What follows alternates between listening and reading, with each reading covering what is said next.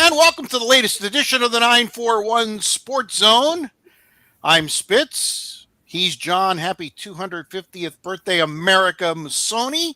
Go And we have a very USA. special guest as we're getting ever so close to our high school football preview, as well as the high school football season, if you will. So we'll talk with head coach John Peacock of the Venice Indians here in just a second. Couple of things that happened in the summer, a bill that was passed, and the FHSAA with a rather interesting new playoff, if you will. The 941 Sports Zone presented as always by Mighty Dog Roofing of Southwest Florida, locally owned and nationally backed, delivering exceptional roofing for homes and businesses throughout the Gulf Coast. 941-251-4257 is the number. 941-251-4257. John Peacock, head coach of the Venice Indians, kind enough to join us during his summer. Coach, thanks for taking the time. Yeah, thanks for having me. No problem. Listen, been a lot going on this offseason. Everything from, the FHSAA creating I don't know, I guess we would call it a new playoff, if you will, to a new association forming and over 50 schools in it.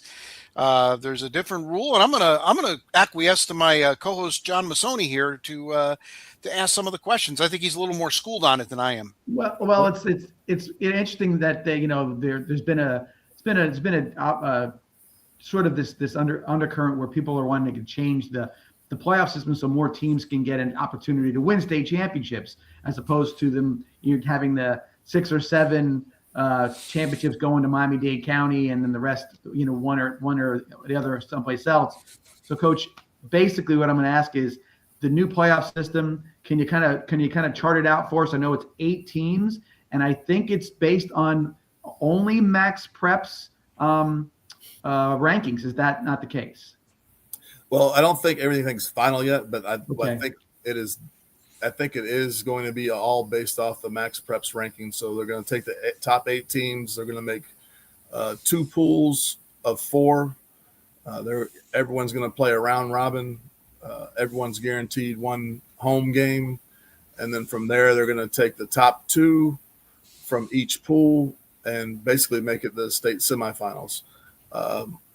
Bringing the best schools in the state basically to play a tournament themselves, a whole bracket themselves, and have I guess would be the Open Division State Championship, which would really be the best team in the state of Florida. I think it's I think now with, we were all kind of wondering how the setup would be, but I think with, you guaranteeing 3 games and then at least guaranteeing 1 home game, I'm all in for it. Like, I think that's a pretty cool setup, and I think it gives you a chance to win something pretty dang special, in my opinion.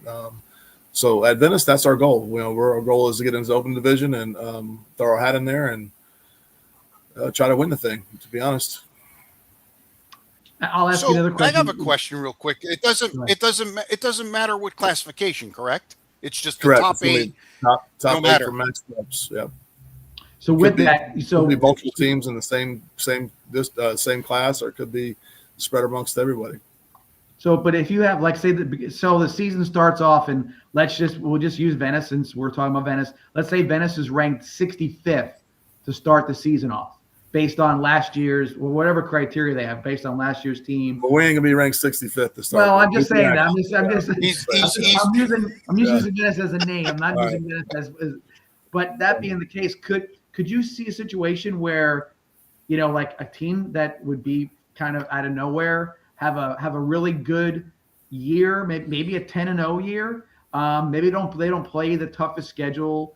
Is there a way that you can make it up that much ground in a situation? Because Max Preps is going to be looking at, again, if you weren't the best team or a district champion last year, whatever, do you have that opportunity to get up there and make it into that top 8, or are you just going to be shut out because of a history of not being there? I don't think you can get there if you're not playing some tougher opponents. I think if you're a team that traditionally hasn't been a top tier program, but you are playing top tier competition, yes, you definitely will be able to get there depending on your record and depending on how you do. But I don't think a team that's not a top tier team and they're not playing other top tier teams will be able to make that ground up. No. Well, I'll flip it to the other side. This in some of these cases, like you have the perennial powers. I won't use Venice's time. I'll use Miami Central, a public school that has been perennial powers. They play a tough schedule just in their own backyard. And let's say they're 7-3, but they still look like the prettiest girl at the dance in some ways. Do you think that those teams still have a chance to get in there with a 7-3 record based on, again, we don't know the criteria per se, but I'm just wondering how, if there's a point where you kind of feel like, hey, maybe I'm shut out of this, or maybe we can't get past some of these things, because most people who look at these polls, and I know who they are, they're a lot of our fans, they're like, well, we're 9-0, and why is there an 8-3 team ahead of us, or what are those kind of things? Is Max Preps going to really have to consider a lot of things like that can make people be upset about not making it? Well, to answer your first question, like Miami Central definitely makes it if they're a 7-3 and they lost to 3 teams that are national powers, you can still make it there. I mean, you can still be 5-5 and still be in the top 8. Right. So record does have something to do with it, but Max Preps, they have a formula. They're not going to release the formula, but that was my question. I don't mean to interrupt, but this formula that's been talked about for years, Coach, nobody knows what it is. I mean, isn't that kind of weird? No. What's the formula for setting the line in Vegas? Oh, it's okay. I see your point. I see your point a little bit, but that's you're talking apples and pears.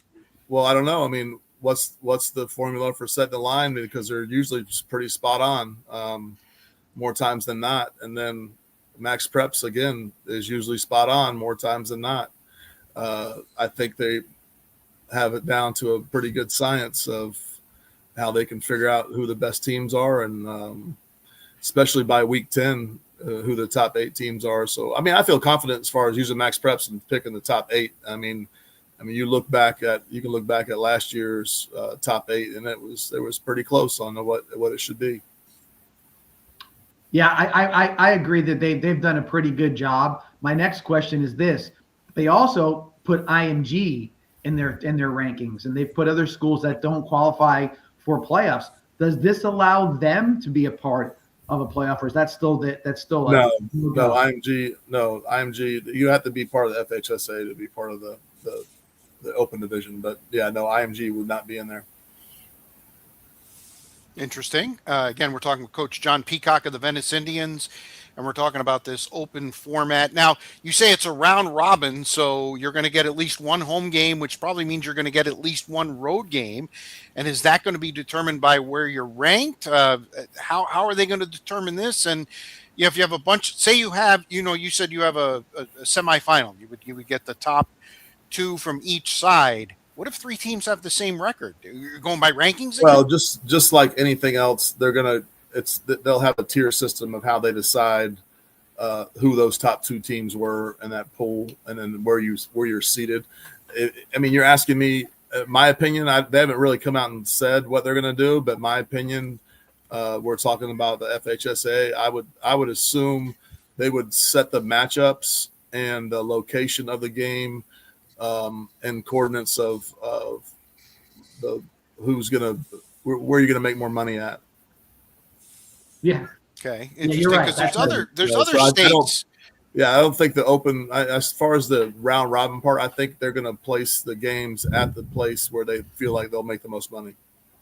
And that's what it is too. While this open division sort of is a unique opportunity to see who really is the best team, it's also a unique opportunity to make money, because in this particular case, you've mentioned it already. Different venues are going to have different amounts of people who show up. Also, isn't this a great opportunity to go knock on ESPN's door or somebody else's door and say, look, you're in the first round of the playoffs all over the United States. There's a lot of mismatches. There's a lot of teams that we don't How would you like to have this match on, and you can put that on a Friday night when there's nothing on to watch except high school football potentially? That's their goal, is to have the semifinal and the finals on ESPN. That's what I would have had definitely assumed that. Now, question for you: we've talked about the other playoffs, obviously 6A, 5A, right down the line. They still play for a state championship. Regarding for their classification. Does it? I guess it would depend on each school, but I'll ask you your opinion. If you don't make it to the open division, are you still satisfied with a 6A state championship, or do you look at it from the perspective of that maybe that's, I don't know. You have to tell me how you would feel about that. I guess it would depend on, they're pulling 3 teams out of 6A that are in the top 8. Yeah, I mean, that takes a little luster away, because you got 3 teams you're supposed to be competing against that aren't there anymore. Now, if it's 0 teams, then you're playing for your state championship. I guess it kind of depends on who's kind of pulled from your class to really what's legitimate. But I still, even if you're pulling the top team from each class, it's still, you're still competing against 85 other schools, or maybe even 100 now, since there's only 6 classes, to be the best out of 100. I mean, that's pretty impressive anyway. So I don't think it does a whole lot. I think, when you start talking about like the 3As and the 2As, and you happen to pull out, 3 teams from one class, and then now you've watered it down pretty much, and you got 1 team left that just runs through it. I think, then that may take some luster from it. But if it's just 1 team, or it could be 0 teams as well, then obviously you're playing for a state championship. So we're down to 6 classifications now. Does that include the rural, or are we 1A to 6A and rural included? I think it's 1A to 6A. That's it. I think rural got taken out, Rich, by the SSAA people all running over to there. So that was they left it where there was really nothing left for rural, because they all went to the other classification. So that I'm pretty sure of. Nick, another question for you, Coach. I mentioned earlier, a little tongue in cheek, but I said, hey, City of Miami, they collect a lot of state championship every year. You know what I mean? Yeah. Now, let's just say, and be honest with you, let's say 5 of the schools in the top 8 come from that Miami-Dade, that area. Are they going to be happy with the idea that they can't win a state championship, or they all can't win state championships like they've done in the past? Is this going to sort of be, well, we may look at it from the state as a whole, saying, now this is a really neat idea. Are they saying this is a bunch of BS because now we can't keep collecting trophies every year? Is that something you think they're going to be complaining about, or we don't know about that just yet? I don't know. I think their goal is to really make this something really special if you're just in it. So I don't know what that looks like as a coach. Being selected into the open division, I think's an honor. So I don't know if you get a trophy for that or what, but I mean, you should get something, right? I mean, yeah. Maybe I don't know if you get a ring, maybe you get a watch. I'm not sure, but you should. Obviously those kids and those teams should be honored in some way, form, or fashion. Open division qualifier, kind of a right, exactly. I mean, I guess you'd say, if you're in the open division, I mean, they're pretty much crowning you a state champion somewhere. I mean, if you're looking at it in black and white, and then maybe if you got 2 teams from the same class that are, you have 3 teams in the same class, throw them in the pool together, and that way they can at least say they won it there. I think it's interesting that this idea came as they shrunk the amount of classifications to basically from 8, if you want to get technical, from 8 to 6, because it was 1A to 7A, and then it was also the rural. And then here's the other thing I think of, and you've been involved in this before. If you're in the state championship, sometimes you get 3 home games, sometimes you get 4. You might only end up getting 1 here. So don't you actually lose money? Don't you actually lose money in that case? Well, yeah. I mean, well, theoretically, when you have a playoff game, the away team gets a check too, but you will lose money on concessions and parking and things of that nature. But yeah, and then also, I mean, you kind of take away from the community event too, whether people get to come out and see you play. But theoretically, you're still going to make money. It's probably a little bit easier to make money if you're a away team because you're just basically getting a check rather than having to put on an event.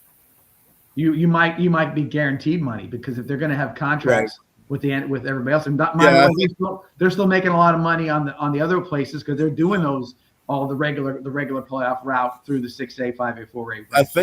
I think they are planning to do something to where it's beneficial for those in the open division as far as monetary.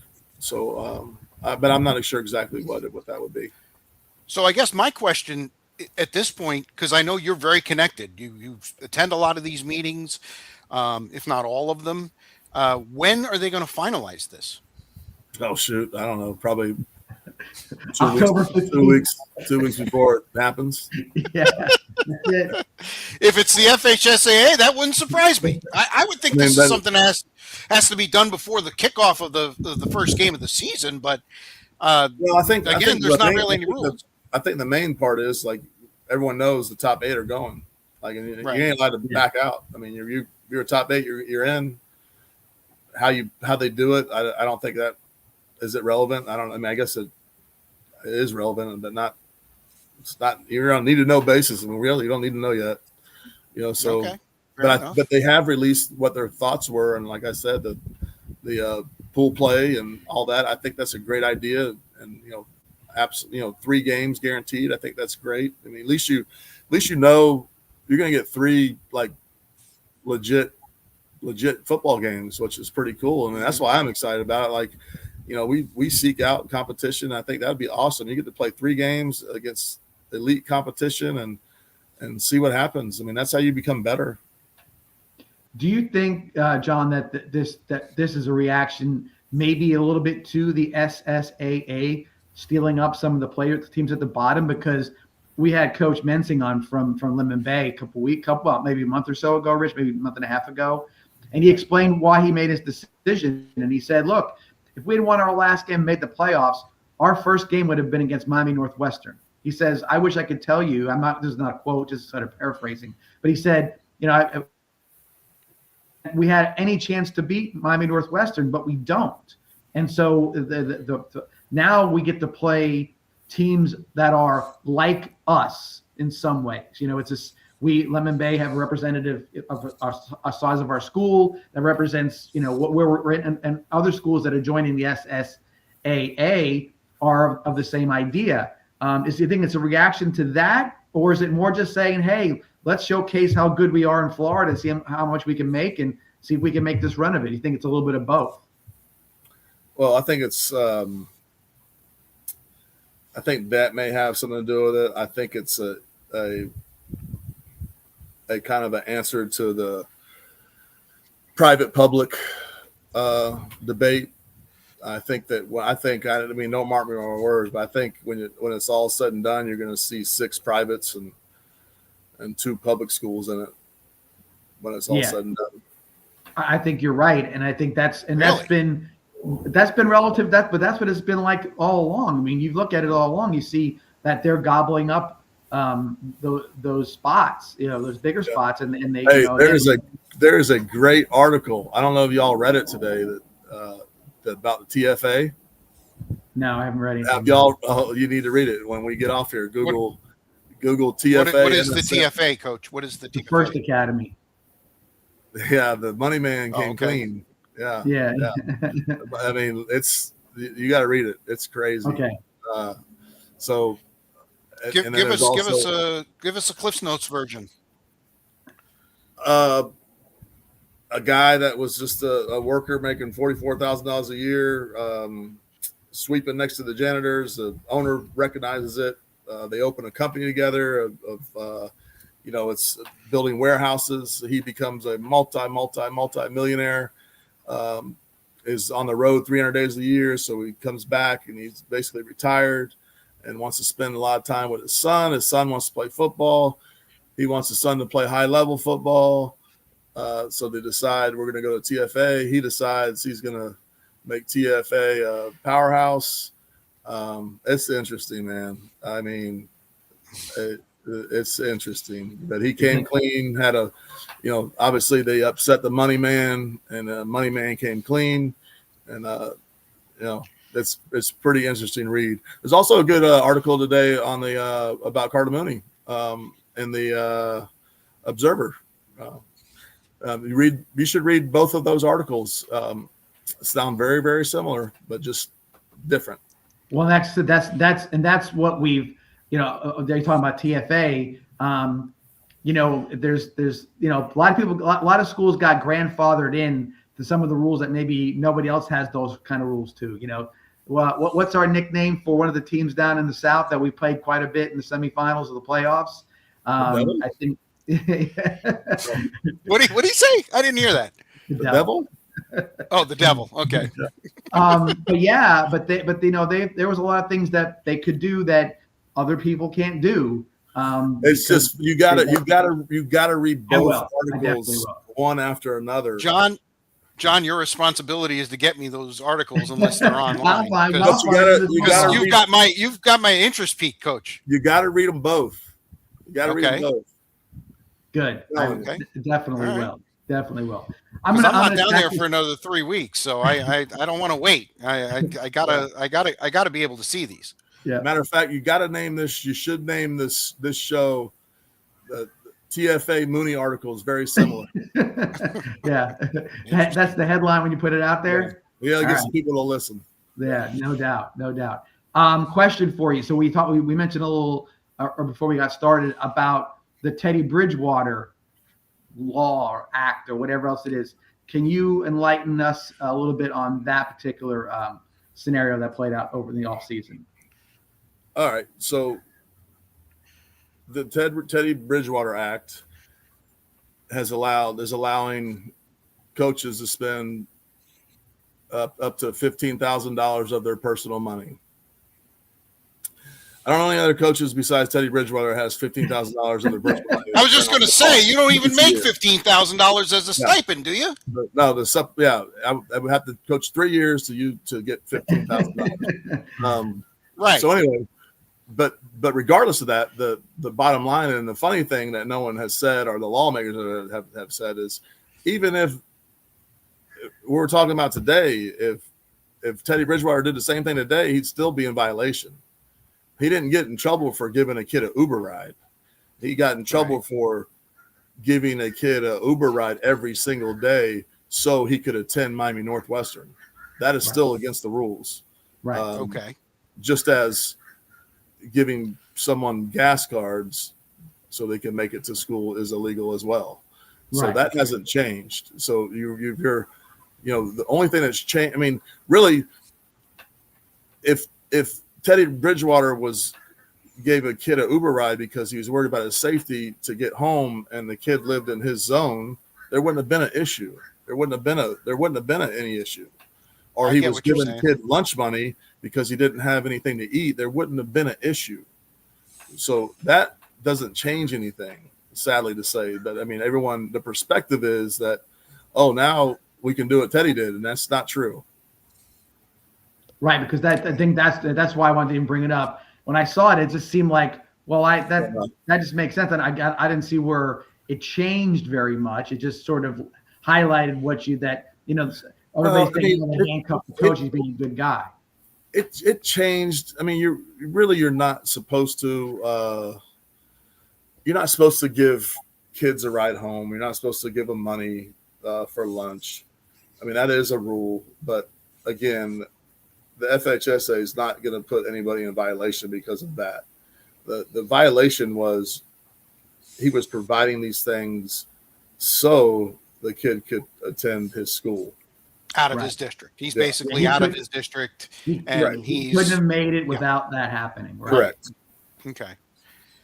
And that makes sense. So the rule, in essence, like you said, doesn't change anything really, because the kids that are still within the district, they can get back and forth. And nobody has $15,000 to give them. Right, exactly. That's the other thing is that, just because Teddy, see my shirt, we just want minimum wage. Right, exactly. I've seen. I was looking at the shirt. I'm glad you. I'm glad you highlighted it. Yeah, that's you're not asking for much. And that is funny because over the years, one thing that's been steadily mistaken by fan bases of all kinds of schools, Venice included, is number one, the football team gets all the money from the gate. Wrong. Number two, the coach gets paid really well. Wrong. That's wrong. Not the case. I can definitely vouch for that. So I think I think those are sort of these everybody believes that that's the way it works, because why wouldn't the football team get all the money? Because they're the ones that have the most money, they need the most money, and it's that they're on their field.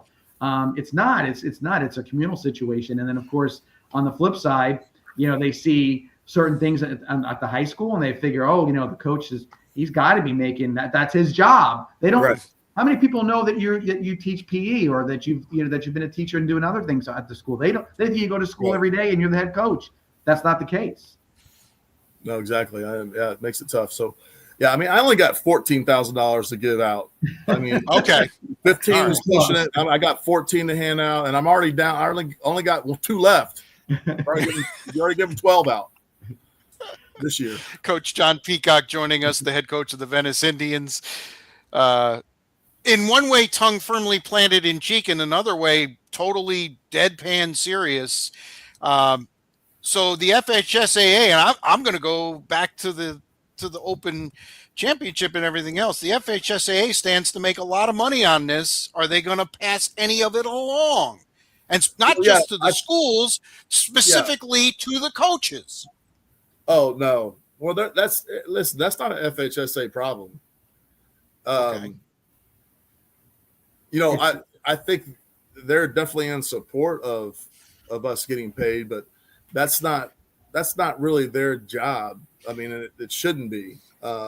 They're an entity that governs high school sports. They're not paying coaches. I mean, that's not their job. I think Craig Damon and the FHSA staff are in full support of us getting paid for sure, but not into that sense. But they have made it to where the new law that passed. I mean, really hasn't done anything. Right. And I actually, today I just found out, they said, it allows coaches to negotiate their salary, but that's only if you're an administrator. Right. Well, hell, if you're an administrator, if you're an administrator and you're getting administrative pay and you got an administrative schedule, you ain't going in there complaining anyway. Right. That's your pay. Right. So it's all kind of like nonsense, really, to me. That bill, the only thing that happened in that bill was that it just created a further separation of private and public, with the last little thing they squeezed in there without telling anybody.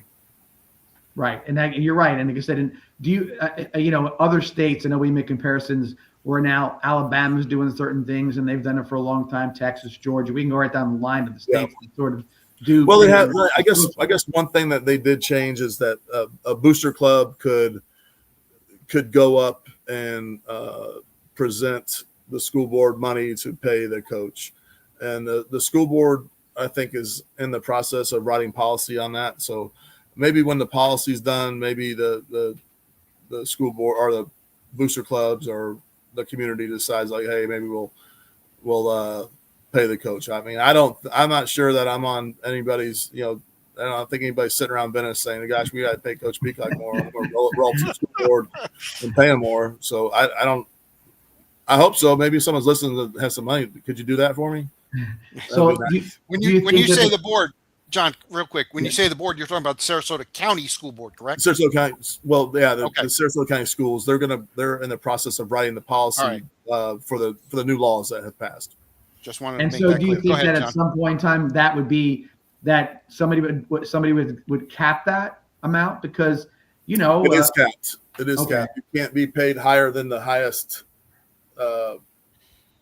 paid person in the county. So obviously that's the superintendent. So you can't be like whoever may Be $1 less. I want to be $1 less. So you can't be you can't like most college coaches. You can't be the highest paid employee on campus in the state, right? In the state, forget on campus. In the state, they are the highest paid employees on campus. Well, no, I'm saying I'm talking about I'm talking like the Dabo Sweeneys of the world and everybody else. They have money more than anybody else on campus. And I know that the school pays for that, but just saying they won't allow you to have that type of, if you had a really, really, really great guy who said, I've got $1 million and I want to earmark for John Peacock. It's got to be $1 less than the superintendent. Get that guy right. That's our goal. That's our goal. Yeah. All right. Again, we're talking with Coach John Peacock. Let's take this to the field. I know you are very into off-season conditioning and participation in that. Tell me how the summer's gone there as far as that goes. Oh man, it's gone really, really well. I hate saying things like this because we still got 3 weeks left, but it's probably been one of the best summers we've ever had. We haven't had anybody tapping out of our workouts, of our runs. Everyone doesn't meet the standard as far as the times, but that's normal. But usually you have people that, kids that tap out and quit, but call 911 or whatever. Like we haven't had that. Like everyone has completed every workout. We have 2 really good leaders that have emerged. Probably, 2 of the best leadership skills that we've had in a long, long time. And Kamani Reed and Micah Hayes. They've done a great job of being leaders, and not only by example, but they've been vocal and they've done all the right things. I mean, leadership through pats on the back instead of kicks in the butt, and just really done a phenomenal job. So I'm really excited about that. The buy-in has been great. I mean, we got, in my opinion, the best player in the country, regardless of what class, and then Tyree Mannings. And, just 2 real quick examples I'll give you that can just shows you where we're at is he had a OT7 in California, took a red eye back to Florida, landed plane about 5:45 in Tampa, and drove right to workouts at 7 a.m. Wow. This morning I got there at 6:20, and he was there ready to. We wanted to get on the jugs machine before practice started at 7 a.m. So when you have your best players doing stuff like that, it makes it a lot easier. Sure does. No, there's no doubt about that. That when you again, the leadership from within means a lot, sometimes more than what your voice may get at some time. But with that, I'm going to ask you this. We're at 19 years now, right? This is your 19th year? No. 20. Yeah, 20! Woo! 07, right? 20 years. So it should 20th be 20th season, yep.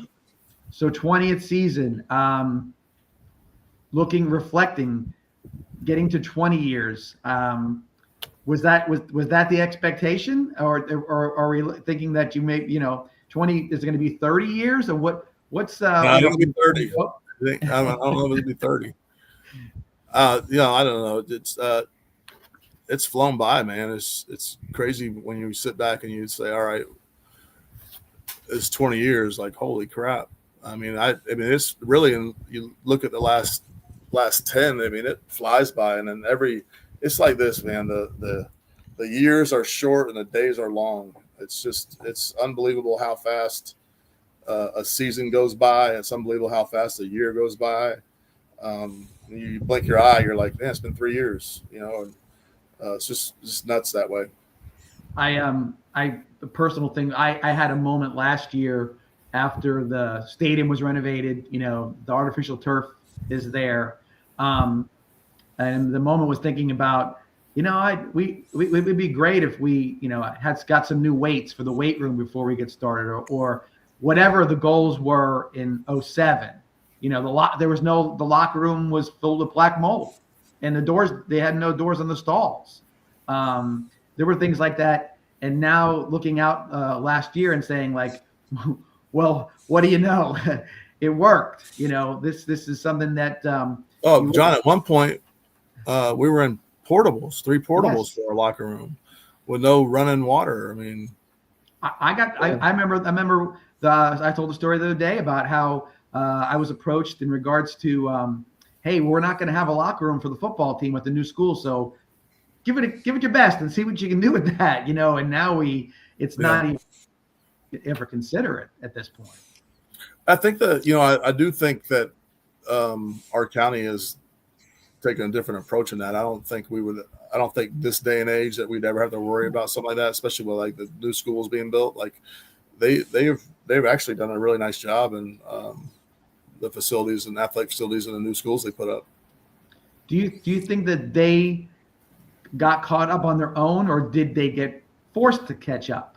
Do you know what I'm saying? Like, because now, you know, like anything else, and I'm not trying to pick on any one particular person on the school board or anything like that at all, but you know, it's, you know, hey, everybody's showing up at the parade, right? That's a big moment, and you get enough parades, and all of a sudden you become more important than maybe you were when you didn't have a parade or you didn't win a state champ, whatever it may be. So you think that they saw the light, or did they have to go and get to the light, so to speak?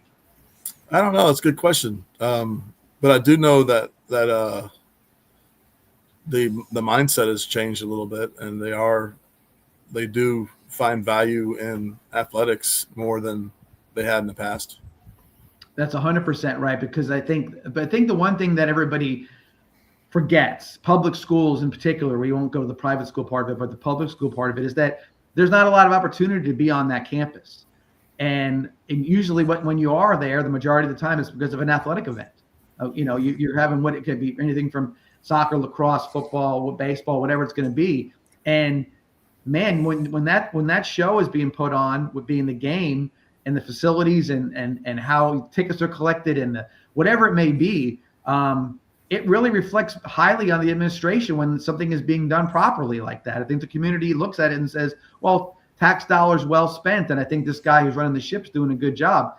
That's the opportunity. And I think people didn't see that as an opportunity. They saw it as, oh crap, I got to go to and do a game tonight, or I got to go do this, or whatever it may be. Well, the world of education is changing a little bit, and I think now they're trying to make sure that they got enough butts in seats. And you know, one thing that we stand out a little different in is athletics. You know, so you get a lot of kids that are, you know, wanting to go to school because of athletics.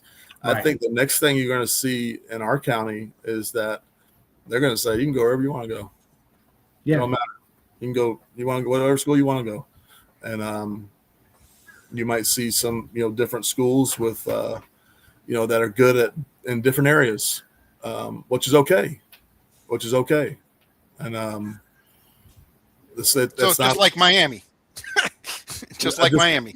I mean, like I said before, there's 2 different outlooks on it. You can say, all right, you got to go here. You have to go here no matter what. Well, what's happening there is, all right, well, you're going to make me go here. Well, I'm just going to go to a private school because I don't have to pay money for it anyway, because the governor's given us a voucher, and then the school's going to handle the rest. So I'll just go over here. So we're losing kids, and it's right. And we're pushing them into those situations. And now we're in a budget crunch. So what's going to draw kids to stay is going to be something else. It's not going to be, they ain't staying for math class. It ain't, you know what I mean? Like, you can go to math class at a private school. So what's going to separate us apart is our extracurriculars or whatever programs we have. So I think you're going to see a big switch in our public schools on, you know, a little bit more focus on other things rather than just, hey, just come to school here, because the budget is really, you know, we're seeing the effects of it now in Sarasota County. Right. And it's funny because, like, you talk about kids that are being motivated by athletics to go to school. Before we started doing this, I had to just flip the channel on, and there's a series of, it's called the SEC, History of Football in the SEC. and all these coaches and these well-known names, the Bear Bryants and the Vince Dooley's and all those different guys talking about the only way I was ever going to get to college or do that was through athletics, and that was my motivation to go to school. It was athletics was going to get me there. And nowadays, it almost sounds, for a long time, it's felt like it was a bad thing to say if you wanted to be athletics. Yeah. It's like, oh, that's terrible. You should want to be a mathematician or whatever it may be. But not everybody has the same path forward, and it gives opportunity. There's a lot of kids that maybe didn't have those opportunities financially, whatever it may be. You've heard it probably. How many times have you heard, a parent say to you, man, when my son got to the program in the 9th grade, he was a D student, but now he's going to college. I never thought that was going to happen. Just all that stuff kind of leads to it. Changes their lives. Their lives. I don't think people see that enough. They want to look at the negative side of it as opposed to saying, no, this athletics is helpful. It's not. You're not getting something from the kid. You're giving more back to them by being able to give them an opportunity to go to school. I'll give you here's the number for you. $12.75 million. You know what that is? No. That's how much our Venice Indian graduates are making in football through NIL currently this year. Wow. That's crazy. That's crazy. A number. That's a number. And that's NIL. Yeah. NIL, yeah. 12.75. That's nuts. And so you can't sit here and tell me that football is an extracurricular activity where no, it's not anymore. It's totally different than when you started in 2007. It's a profession. It's a multi-million-dollar thing where not only you don't have to be a player. Like we got Ryan Callahan, who was a student assistant at Venice, who was making copies for us and never strapped on a pair of shoulder pads, who's the head of recruiting at Nebraska. Now he's back at USF with Frost, but he's telling me what DB should look like. You know what I mean? Long arms. But that's where we're at. I mean, you have a career. It's a career path. I mean, whether it's through media, whether it's through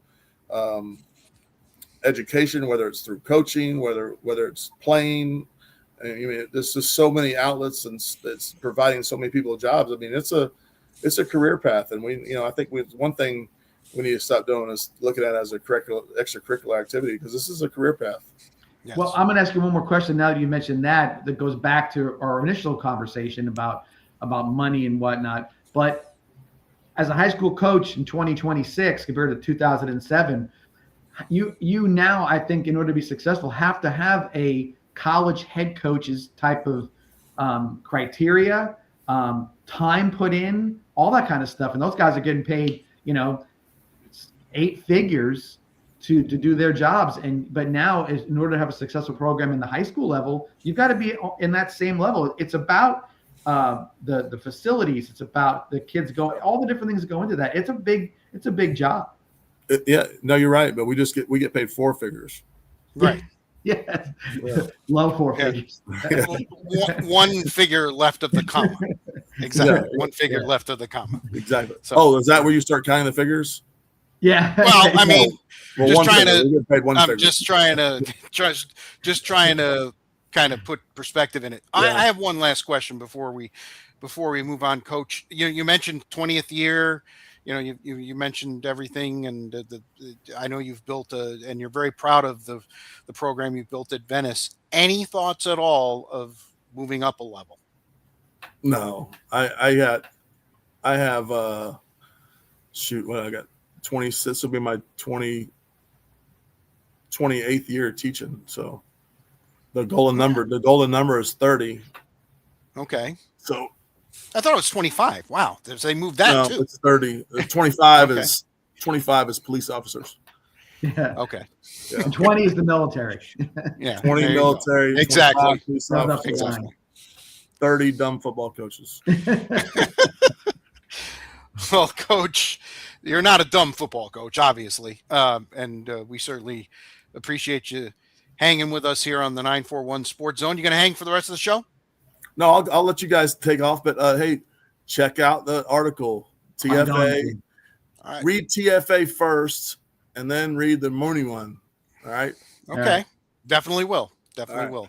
That's Got a homework for assignment. tonight. I got homework. Yes. Now I got Homework assignment for tonight. Jesus. Coach, I'll send you both the links. Okay. Thank you. Good. Good. Thank you very much. That'll help Appreciate it Rich a lot. as always. Can you post the link on the show? We Sure. could. Yeah, Yeah. sure we could. Just Absolutely. That let would it be that would be good. So just post the link so at least people watching know where they can just click on it and Put it see on it. Instagram. That's a or great something. idea. I can post Yeah. it when I post I post the actual podcast. I can post the link. And here's Yeah. what Coach Peacock was talking about. There you go. You can black out All right. black out the names and figure out which one's the TFA one and which one's the Mooney one. Why did I know something like that was going to come up? I don't know. I always bring something, right? Yes, That's right. indeed. You do, and that's why we like having you as a guest, Coach. We really appreciate it. Look forward to seeing you in a few weeks, coming on down for the high school football preview. I'm really looking forward to that, and continued success, and hopefully the summer program continues the way in the trajectory it is now. Yes, sir. Thank you. Bye, bud. See All ya. right, there he is, Coach John Peacock of the Venice Indians. And we're going to take him out of there, and we're going to move you back next to me. Boy, I couldn't believe it. I just looked at the clock. We could 45 minutes on that. It seemed like we were. Yeah. Seems like we were just talking for 10 or 15. I mean, lot And I'll tell you what, to like- unpack. Right, and I'll just say, but while we're fresh on it, this is the kind of stuff that that people don't understand how high school athletics work anymore. You know what I mean? Right. To start the conversation off about the open playoff system, which is, I mean, it's interesting. I wouldn't say I'm 100% in love with the idea, because do you look at it from the perspective, are they trying to help some of the teams that don't get to the promised land by taking away those big shot teams off their docket? And I hate to pick on Chaminade Madonna, but they are 1A school with 300 kids, Right. and they've got all D1 guys. Okay, so Right. how does like anybody, like you said, like Coach Mensing said, how do I compete? And Miami Northwestern, they got 15 D1 guys or whatever it may be. So I think this is an opportunity to maybe profit off the idea of bringing these 8 schools up and having some round robin situations, putting together some of these really nationally attractive matchups. But I will say this too. And listen, Venice is going to be a part of this at some point in time. We know that that's going to happen, but Right. do the rich get richer, if I may say that, by the sense like, hey, look at the 8 teams that made it this year, and that team's been in there 6 times already, and you know what I'm saying, and then all of a sudden there's like a waiting line to get to those schools, and does it dilute the state championship for the team that wins the 5A state championship, who's never won a state championship before? Doesn't dilute it to those kids or the people in their hometown, but does it kind of like be like, oh yeah, but if so-and-so was there, they would have made it out of the second round because they would have been in their region or whatever it may be. I just hope that whatever they do, that they do share in the wealth that they may gain from this, because why am I sarcastically thinking that they won't? Well, that's what I'm saying. I will tell you this, that the FHSAA sort of is, they run the show, but it's almost like the little sucker fish on the shark. Okay. They can only survive when the shark does well. You know what I mean? Because you're putting on a show, you're doing all stuff, and because you're affiliated with them, they get to take so much of your money. They want you to do well, but guess what? That's how we live, to make these rules and have this organization and put together state championships, whatever it may be. I don't know. Have they been doing a great job? Have they fixed anything with the playoffs? They tried one way, another way. And my biggest thing, why I'm sort of saying I'm not convinced of everything, is that there's an easy way to fix it. There always has been. Private schools and public schools. It's simple. It's so simple. And the thing is that I think my personal opinion is that they never wanted to do it because it would take away the luster or the whatever of the schools that they've hitched their star to. Last year's kickoff classic, there were 3 games at St. Thomas Aquinas' home field that were all broadcast on ESPN. Okay. And St. Thomas is a powerhouse. They deserve all the accolades in the world. But do they get those 3 games on TV to get the Gatorade money and this money and whatever they're getting for having those games down there? I'm talking about the FHSAA. They had the number 1 quarterback in the country playing one of the games that night. You had the Bishop Gormans of the world coming into town. All schools from California coming into town, and they've allowed over the years that to continue to.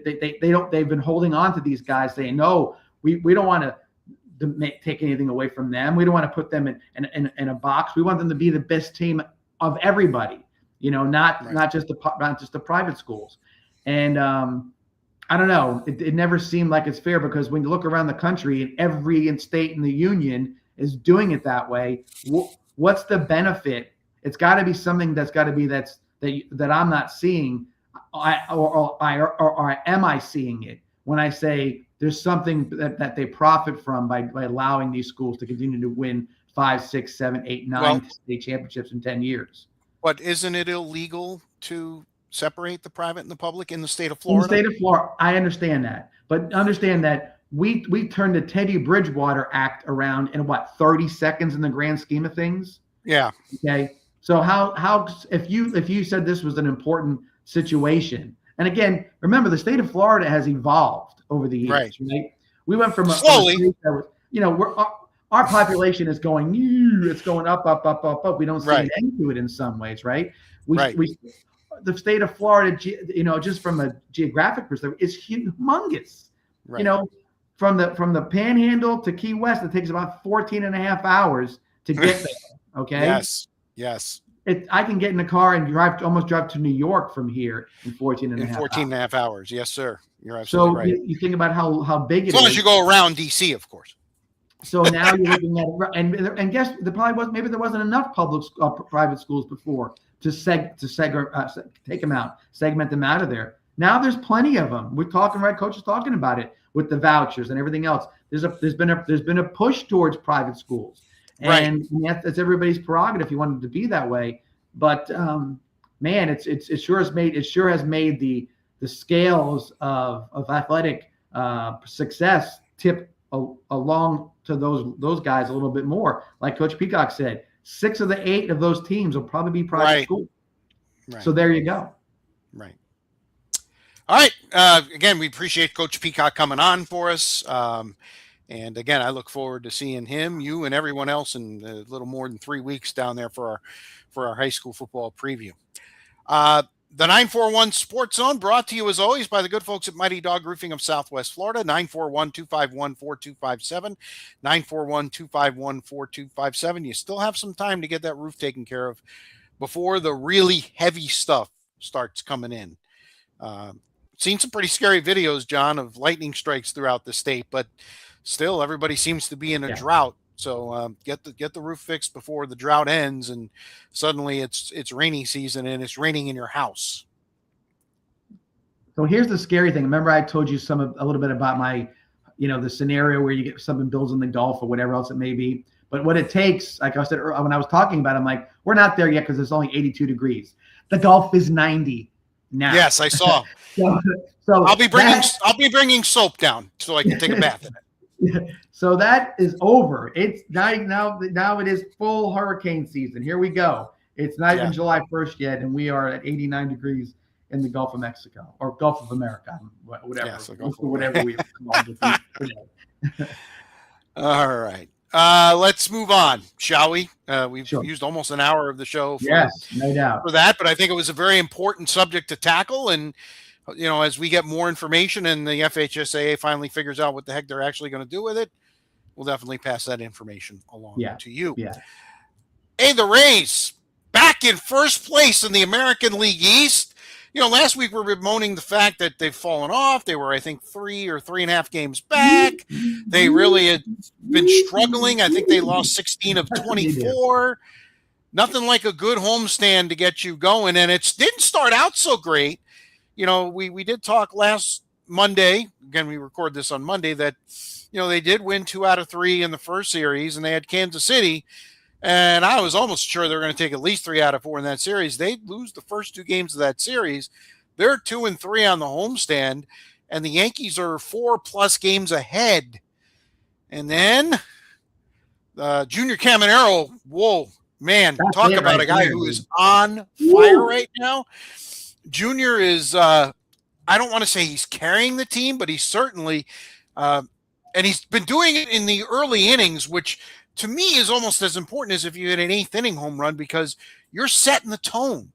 Okay. And then a couple of the games, they were down early in the first inning, and he hits a homer and ties it. He's had homers in 4 straight games. He had a 3 home run game in the final game of the series against Kansas City. He homered in every game of the Arizona series. Why are they still pitching to him? Seriously, why? I don't know. As hot as if you remember at the beginning of the year, we were like, oh my God, he's hitting 210. He can't field anything. He's going to go into a sophomore slump. John, he's up to 292, which I know people don't look at averages that much, but he's got 21 bombs. And the one yesterday was truly a bomb, 463. And again, I love I wanted to get out my protractor to see just exactly how they figured that out, but It was an absolute bomb. So he's 23 years old. Am I right? That's 22. His age. 22. 22. So he's 22 years old. He has that, and I'm not saying all Latin American hitters are like this. He can hit a ball in the dirt. If he likes it, he's swinging at it, and he can make contact on any pitch. You can't walk up and say, like, he can't hit a curveball, because he hit a curveball. He can't hit a slide. He can hit whatever pitch you're throwing, and definitely if you make a mistake, he's going to take advantage of it. So I think there's no doubt about that he's right now. If the 7-3 congratulations, by the way, on that. The 7-3 the stint there had a lot to do with Junior Caminero and what he has to do. One thing not only hitting, John, but all of a sudden he's starting to field his position. He made 3 or 4 sparkling plays in the Arizona series. I mean, he's actually turned it all around everywhere. Yeah, no, he's in the zone. There's no doubt about that. One thing I was going to mention, you talked about get the Rays getting ahead early. Well, I'm going to do a little thing for you real quick. It's going to combine a couple things, but the Rays have been successful scoring runs early. Oklahoma Sooners, national champions. Okay, what did they do? They came that last game, and then the other games coming out just swinging for the fences, going for it. Got a big lead, and North Carolina looked like they were just walking zombies after the 3rd inning in that one. And then I'll say one other thing: Coach Craig Faulkner at the Venice Indians likes putting pressure on the teams early in a game. If the guy gets on base in the 1st inning, they're bunting him over or trying to make a play and getting a run on the board early.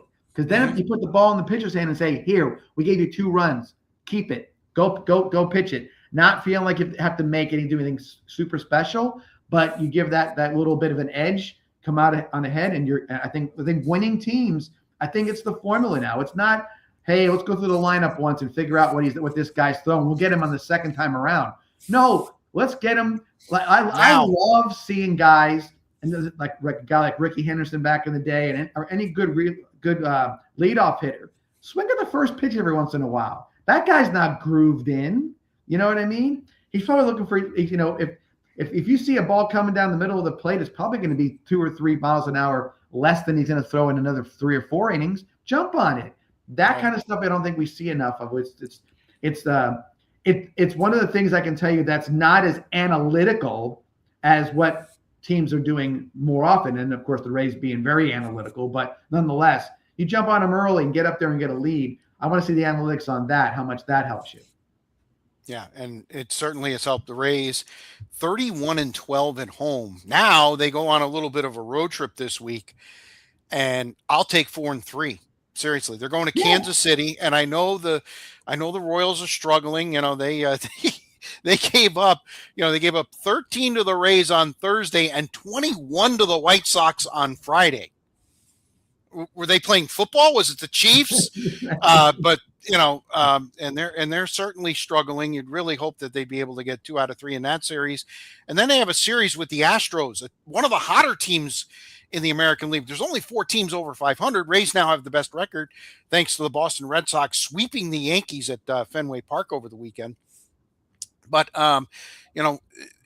Houston started off, I mean, it looked like they were going to lose 100 games, and now they are knocking on the door of the division lead in the American League West. And yes, I know the division lead is 500, but listen, it doesn't matter. Once the playoffs start, everybody's 0-0. So and those are the teams you don't want to face, the teams that had a crappy start, and they're 11, 12, 14 games under 500. Next thing you know, that means they're playing at about a 620 clip. Well, Toronto last year. Remember, Toronto last year was like 11 games under 500 around this time, and they just took off, and they nearly won the World Series. Not that I want to talk about the Knicks again, but look at the Knicks. They were third, and they got hot. I mean, I bet there's so many people, especially because the anti-New York thing.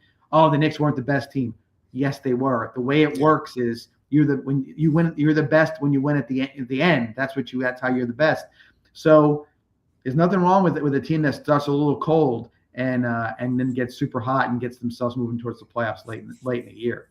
Well, it's good to see the Rays turn things around. They were having a very rough June, and it looks like, barring something strange, on July 1st, they're going to be no worse than tied for the lead in the American League East. And to me, that's amazing because, listen, everybody picked them 4th or 5th in the division. Everybody.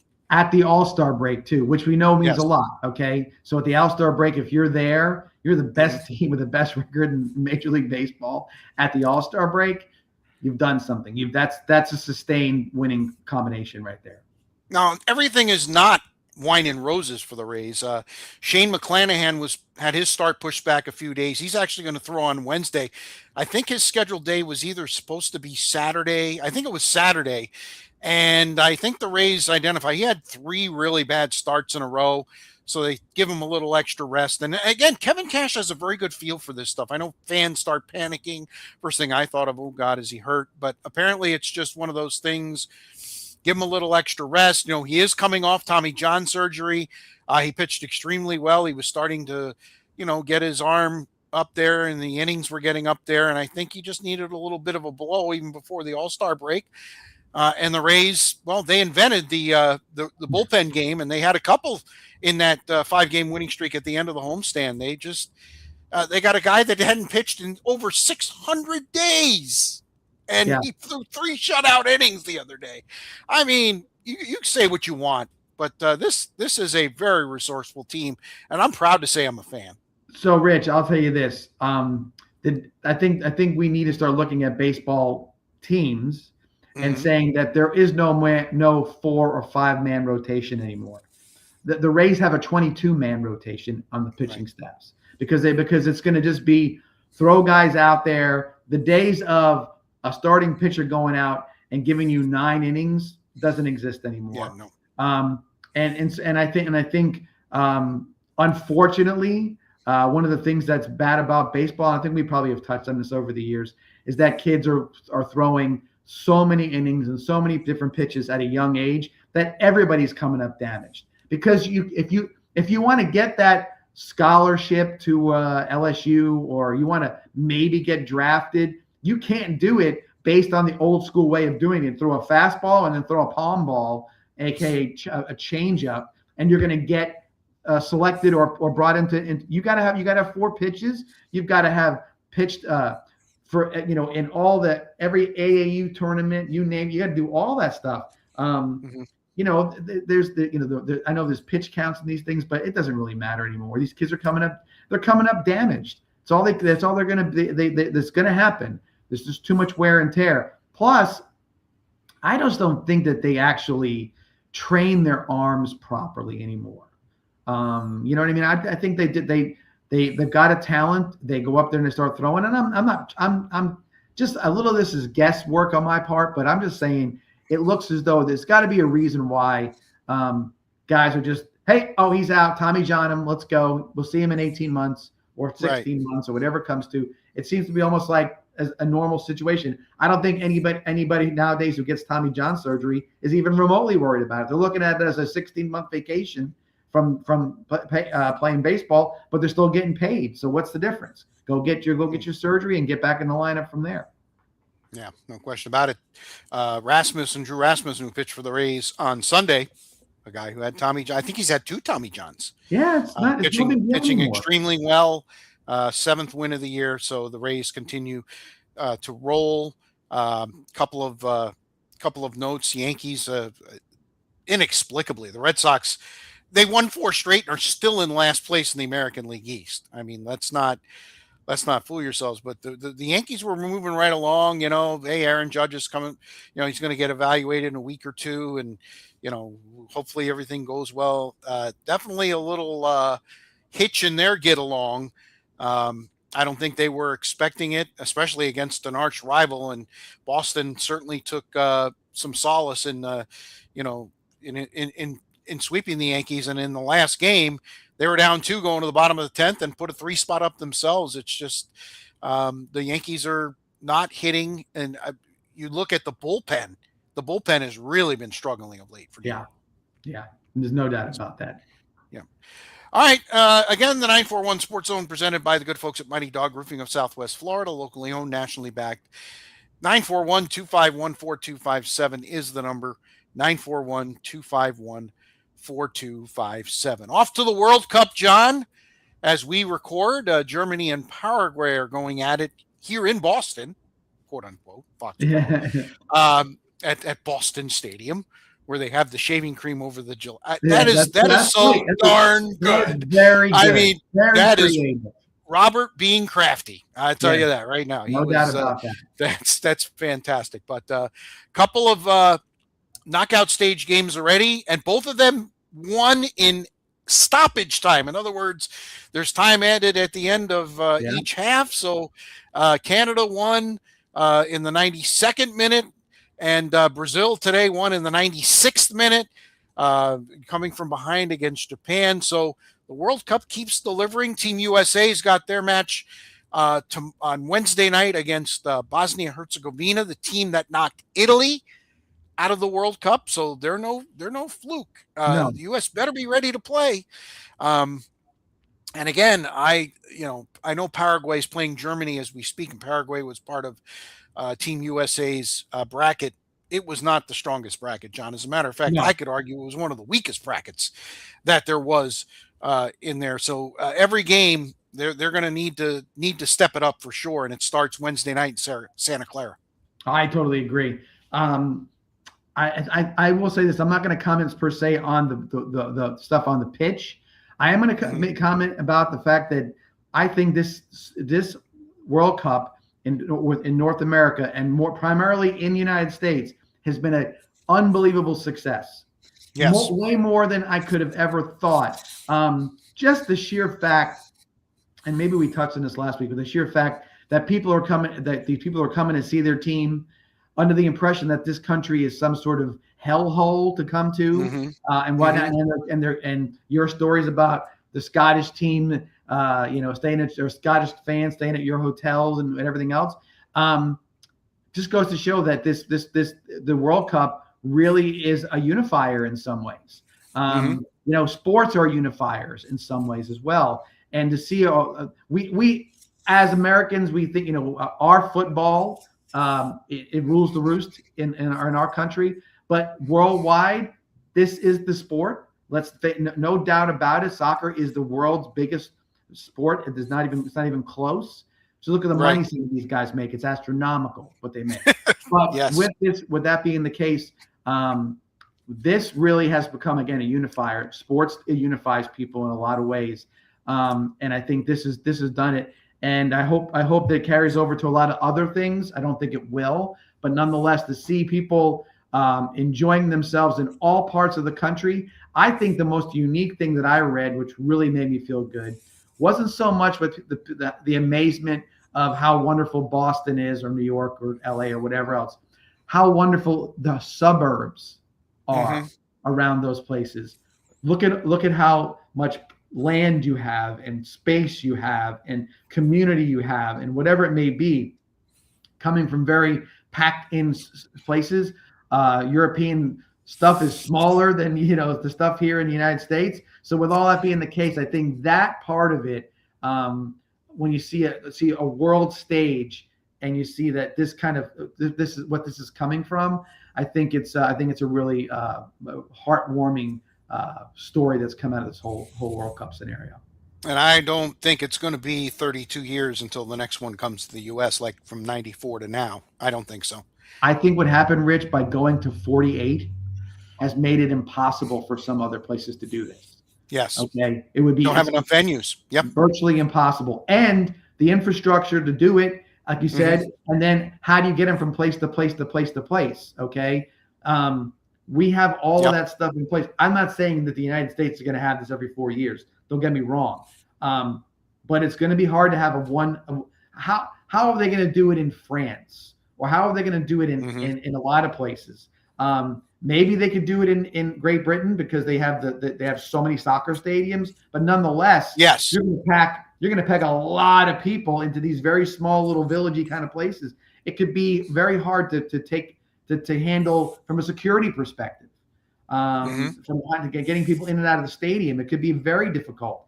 And then you're in those packed environments, and to get two, hey, what do you know? You got the two hated rivals that meet up against each other, and they're in some little small town in Great Britain or in England. How does that work? You know what I mean? So I don't know if it's a forever scenario, but I do think that it's going to be very difficult moving forward to not have it in a venue or venues like the United States has.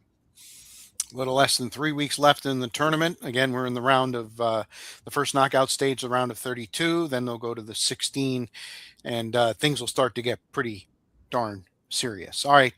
PGA Tour had a little weather problem Sunday in suburban Hartford. And when I say a little weather problem, it looked like Florida there for a little while with the rain coming down, the thunder and lightning. It moved out. However, they could not finish. Viktor Hovland and Scottie Scheffler both hitting some really nervy putts on 18 to get this to the playoff, but it was literally just about dark out. I don't even know if they should have finished. And the thing is, you can't tell on television because they have the kind of cameras. It looks like it's still plenty light out, but in reality, it isn't. You can't read the green. You can't, I mean, it's not fair. And I know it seems silly that they came back and it turned out to be for one hole for 12, 13 minutes this morning, but Hovland nailed his putt and Scheffler rolled it by, and Viktor Hovland wins the Travelers. A signature event, John, it's June 29th and we're done with signature events. Yeah. Something's not right about that.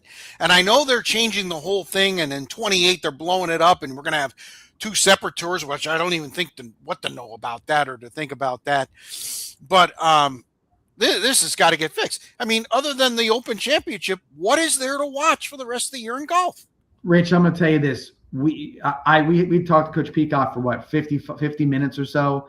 We could have probably talked to him for 2 hours, right? Because there's a lot of a lot to bite into.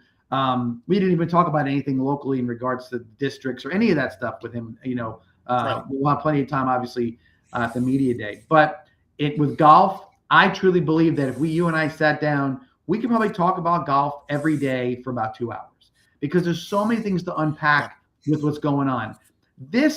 All that's going on right now is a shit show. Excuse me for saying that, but it is because there was the PGA, the hierarchy in the PGA at the time of the LIV expansion, if you want to call it that, went into full freaking panic mode. Okay. What are we going to do? We're losing everybody. Let's go make a deal with these guys. Let's throw a bunch of money at everybody. Let's get signature events. Let's do this. Let's do this. All this different stuff.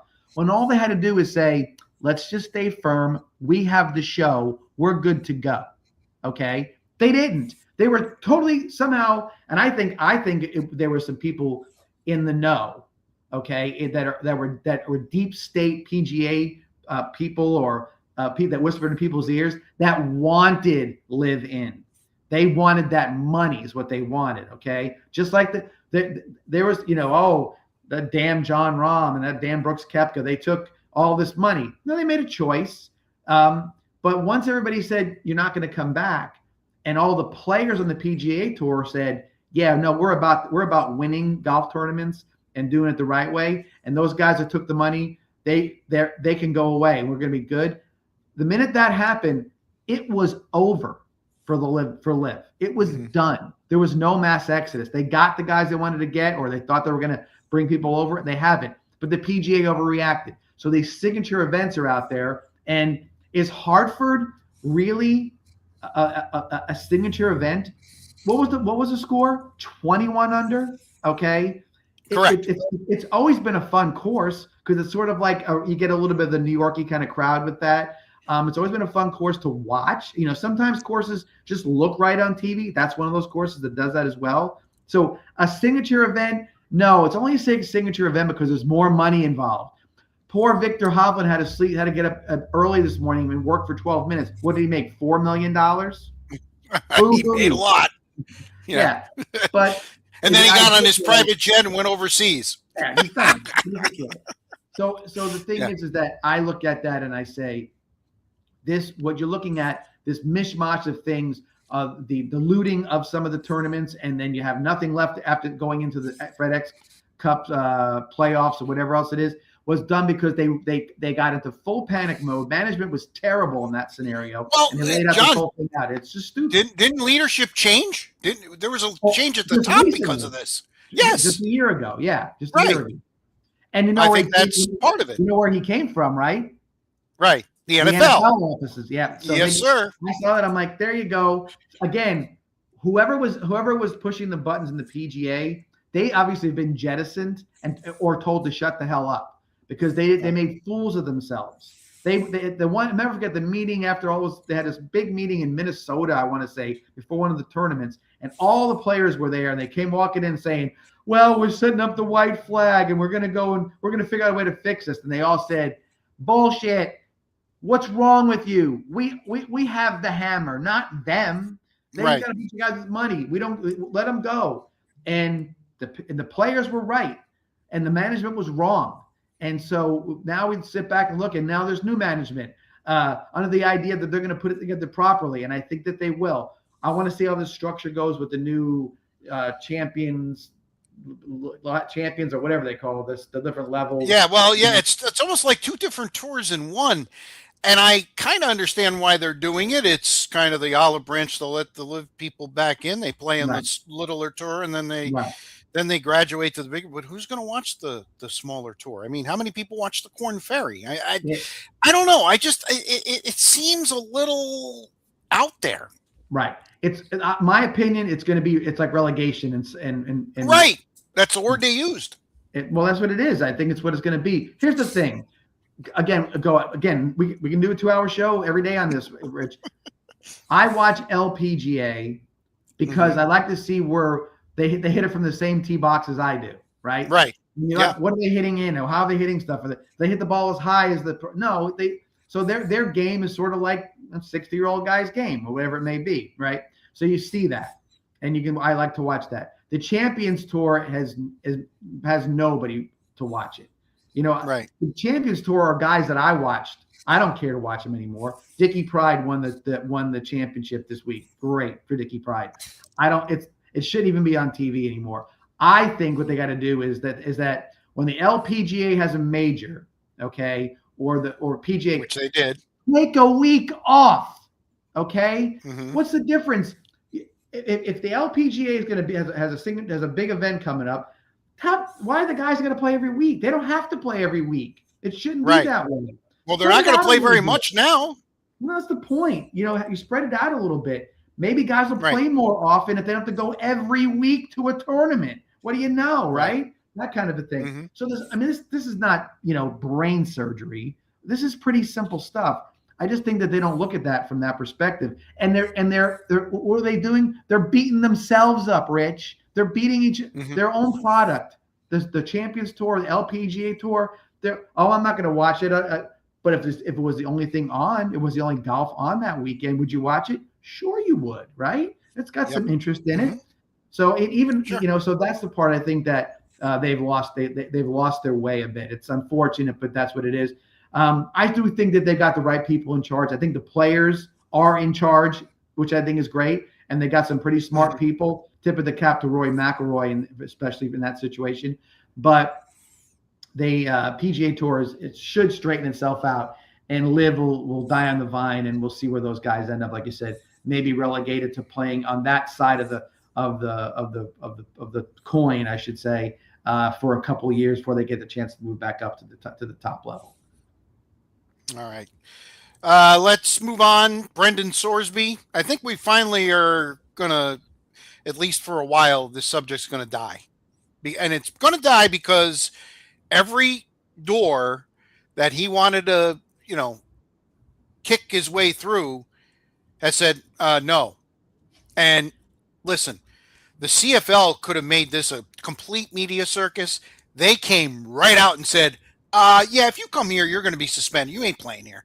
And I think that's, and I go ahead, John. I know you're chomping at the bit. Smart. I heard anybody in Canadian hierarchy say in 2 years, okay, we're not going to allow this. We don't accept a guy who bet on his own team 50,000 times or whatever the number is, right? I love it. I love the fact that they said we have the same character. We're not gonna take anybody in. We're not gonna be the refuge for all the guys who broke every other rule and whatever they did to go run to Canada. We have a product that our people love. And by the way, I watch it. I go CBS Sports Network. It's on 3 nights a week half the time, and you can watch it. Pretty interesting. Is it hard to get used to? Guys run all over the place? Yes, but nonetheless, it's still a good product or decent product, and I think that was great. I think everybody except for a judge in Texas and Texas Tech that thought it was an idea to give this guy what he deserves. No, he broke the cardinal rule. That's what happens, and you need to sit out. He's going to have an opportunity to if he's that good, they'll find him. You know that. Everybody knows. But here, let me throw this at you, John, all right? Supplemental draft nixed. Okay, they said, let's just. I don't think it's a sure thing that he's in the NFL draft next year. I mean, the NFL is going to do their due diligence, and it's the same problem. I mean, the NFL doesn't want. I mean, sure, they're in bed with all the gambling companies, but the NFL does not. I mean, I could easily see Roger Goodell next February or March going, yeah, we looked into this, and it's even too seedy for us. You know what? I could easily see Brendan Sorsby, having to go either overseas or I don't even know where at this point. I don't think it's any lock that he's in the 27 NFL draft. So I think the one person you have to think about was Art Schlichter, right? Yes. He got a bunch of different chances, correct? He had different chances to come back. Yep. And he just gambled his way right out of sports, right? Tragic story. Yep. I think a lot of people looking at the Sorsby kid and says, look, maybe he's not Art Schlichter, but he sure has started out like Art Schlichter. You know what I mean?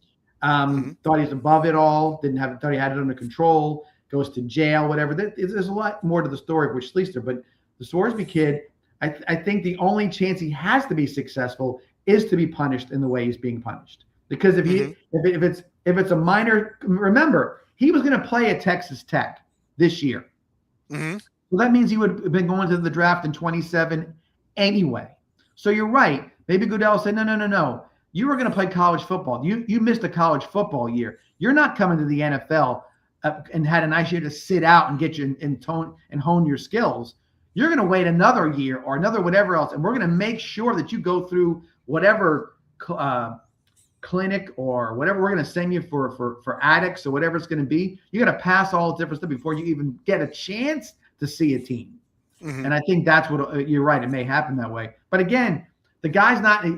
Is he that much worse for wear? You know what I'm saying? He can still throw football to somebody if he wants to keep himself in shape. Let's see what he does with himself. Because what he could do is just go away and be a gambler somewhere. Or does I was going to say he's got a lot of time in his hands now, John. But again, how does he handle it? But again, if you're an entitled athlete with a boatload of money in your pocket, you think you get a buddy of yours making bets for you. You think you're untouchable, right? So maybe this guy is going to learn something by putting him in purgatory at this point and see what happens. I'm just very happy that the Canadian Football League did what they did in the most recent situation, and everybody else acted normal. I still think, to be quite honest with you, I think Texas Tech needs a hard look at what's going on there, and everything. And I told you about softball buying everybody up.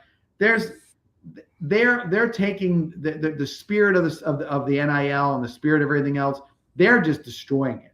They're making a mockery of a lot of stuff, and they don't seem to have any sort of any type of conscience as to what they're doing or what effect it can have on them in the long run. So we'll see. That might be one of those stories that Coach Peacock will tell us to look at, and the Texas Tech, how they got, the rise and fall of the Texas Tech program. So we'll see. Yeah.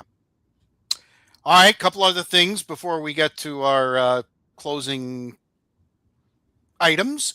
Wimbledon got underway today at the All England Club. I woke up at 6:10. Thank you to my dog.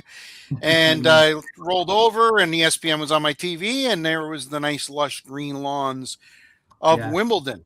Usually day one is just, processional of people that are favored, and they just cruise along, and, it takes a little while. You might see an upset here or there.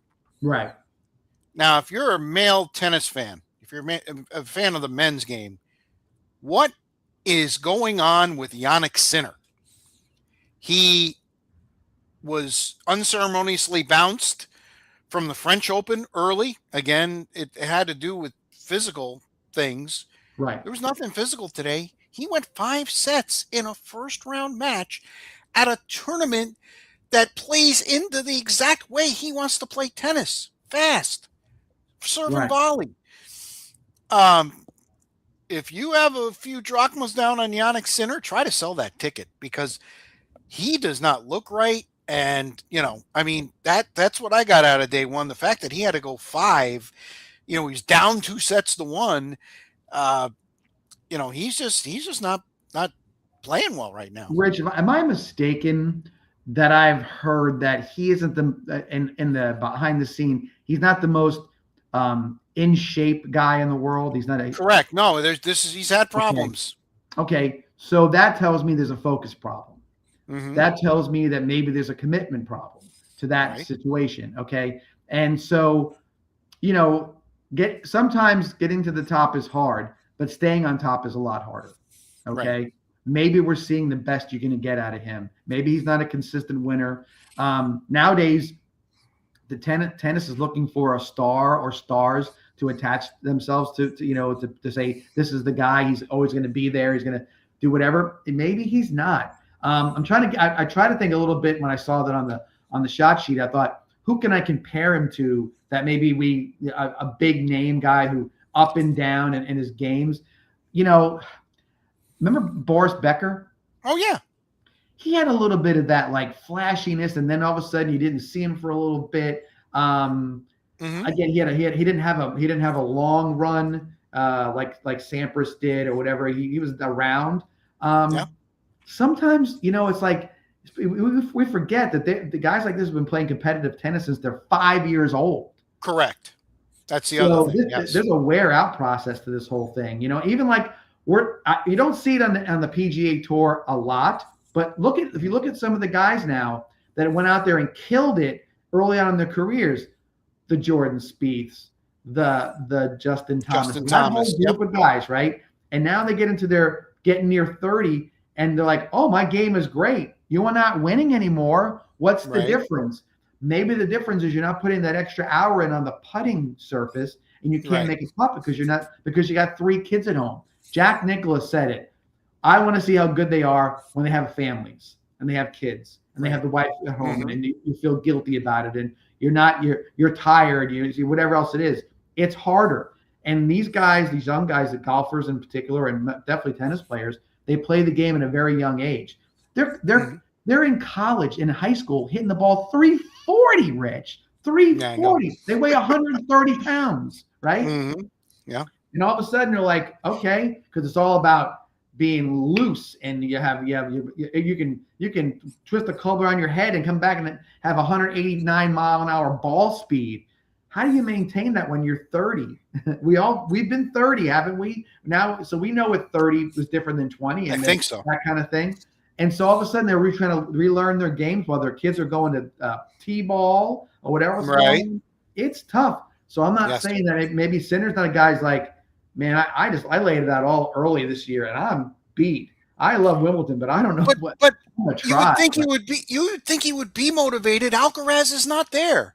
And this is supposed to be the next great rivalry, him and Alcaraz. At this point, once Alcaraz gets healthy and he's got a wrist injury, and that in tennis, that's problematic. Yeah, it's not even a certainty he's going to play in the U.S. Open. Right. He missed the French. He missed Wimbledon, and the U.S. Open is also out there that he might not be able to play. But without him, he should be the guy. I mean, he's beaten Djokovic, I don't know how many times in a row. He's the next guy, if you will. I'm with you. I don't know if his physical commitment is where it needs to be. It wasn't anything physical today. It was all upstairs. So I think his eggs are scrambled a little bit too, John. Do you think, and this is, I'm switching over to the women, do you think that Serena Williams is just going to come back to Wimbledon because she just feels like having a little fun? I think that in her mind, she thinks that she can make a run at this or some sort of a run. Okay. And why? Why? Because she's a special mental Correct. person. Yes. Okay. And so you look at the sport and you say, and here's a 44-year-old woman with 2 kids now, I guess. I don't know for sure if it's one or 2. I believe it's 2. Yeah, because I think that one of her kids can't be there to watch the tennis or whatever, something like that. Anyway, she's going to take a run at it because I think she looks at it and says, that little girl who won last time, I can beat her. I'll just sit here and I'll just throw 120 mile an hour serves at her and see if she can get him back over the net. I can serve and volley, and I don't put out that much energy to do it. You know what I'm saying? So I think there's something to the idea that maybe that there's only some special folks like Roger Federer and Serena Williams can win a lot of tournaments right now, and that's a burnout, and there's not as much motivation to do things as there was before to be a champion. I think you can win one, and everybody's like, I'm good. I'll go celebrate with my friends at the rave, and we'll be all fine. That kind of thing. So I think that's a little bit of that. So I don't know for sure. Obviously, it's all speculation, but let's see where we stand going into the U.S. Open and see if the same thing starts to happen again and again. Let's see where we stand next week. If you and I come on and she's still alive, that means she's at least into the 4th round. I agree. Should be interesting. She's playing a woman from Australia named Maya Joint. And it's interesting. They gave her a wild card, and then she gets to play on center court. Yeah. No, you don't think Wimbledon people are dumb, do you? I mean, that place is going to be mobbed. That ticket's going to be when do you get a first round game that's going to have that kind of interest? It's not. You're not. Absolutely. All right. NBA free agency begins at 6 p.m. on June 30th. That's tomorrow. Since we're on Monday, it's going to be on Tuesday, but deals can't be done until July 6th, but can't be signed until July 6th, but there's plenty of wheeling and dealing. Right after we finished last week, Giannis got traded to the Heat. LaMelo Ball was traded from Charlotte to Minnesota. It's interesting. Charlotte finally makes the play-in game, and they're blowing up their team. LaMelo Ball traded. They also traded Miles Bridges yesterday. So it's like, all right, we got to this point, but I don't think we can get any further. I guess that's what they're thinking. And then I just got some breaking news while Coach Peacock was just finishing up, and I need to pull this back up. Apparently, Ja Morant is on the move. He has been traded to Portland. Oh, for Jeremiah Grant and Chris Murray. I was going to make a joke and say, where'd they send him to? Utah? I thought because that's that would be the one place that maybe Ja wouldn't fit in, but Portland's Utah-ish in some ways. They're a little more progressive, though. Yeah, I agree. But I will say that Ja's got to wherever Ja ends up, he's got a lot of game, dude. But he's got a lot of problems that come with him. So yeah, no question about it. But if you're Portland, you just made the playoffs last year. They got a game out of San Antonio. I mean, they took them to 5. That's a team that's on the rise. It's the Western Conference. You have got to. I give them credit. I mean, I kind of thought that would be the kind of place that he would go. A team that's fringe, either fringe playoffs or play-in, even maybe just a cup below. But Memphis is moving on from Ja Morant. Yeah, he's not going to go to a place that needs one guy. He's going to go to a place where he can sort of because you can't count on him. Yeah, you can't 100% count on him. I mean, when's the next misstep, if you will? So yeah. Anyway, so we'll be here next Monday, and I'm sure there'll be a lot of deals that are theoretically done. NBA deals are insane. Yes, 7 first-round draft picks and 2 water coolers and 2 cheerleaders for the one trade, the LaMelo trade. The draft picks are in 31 and 33. so really? Stupid. 31 and 33. Who knows what kind of picks are they going to be? But that to me, that's like the NBA. That's when someday you're going to say, "Can we?" Like you know what? Let's say you're doing an equation on a board, and you get lost in the middle of it. That's the NBA thing when they're going to wipe it all clean and say, "We're starting over. This is ridiculous. You shouldn't have 7 number 1 picks." That kind of thing. So they'll figure that out. But that's the NBA has always been that way. They for some reason or other, they never can get their act together when it comes to that stuff. Nobody else does it like they do. It's very hard to understand. Summer League starting shortly, John. Yeah, I'm a little worn down. And I believe it or not, I don't mind it. I actually watch it because again, it's in a real hole. A lot of it. I mean, the 3 days, around the MLB All-Star game, there's nothing going on. That's arguably the 3 slowest days. So they throw some summer league games on there. You can see some guys that got drafted, and it's fun as long as you don't take it too seriously. I mean, you're not going to win the summer league and then turn around and win the NBA title. No. That's not going to happen. That's not the case.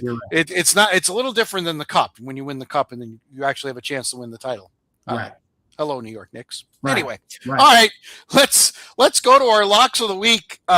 You took 20 minutes in getting yours home, as you mentioned. Oklahoma scored early and often, won the Natty last Monday night over North Carolina, while I was almost certain that I had no shot. 2-3, the Rays were on their homestand, and then started tearing the cover off the ball and unbelievably started pitching. That's amazing. But anyway, they do go 7-3 on the homestand.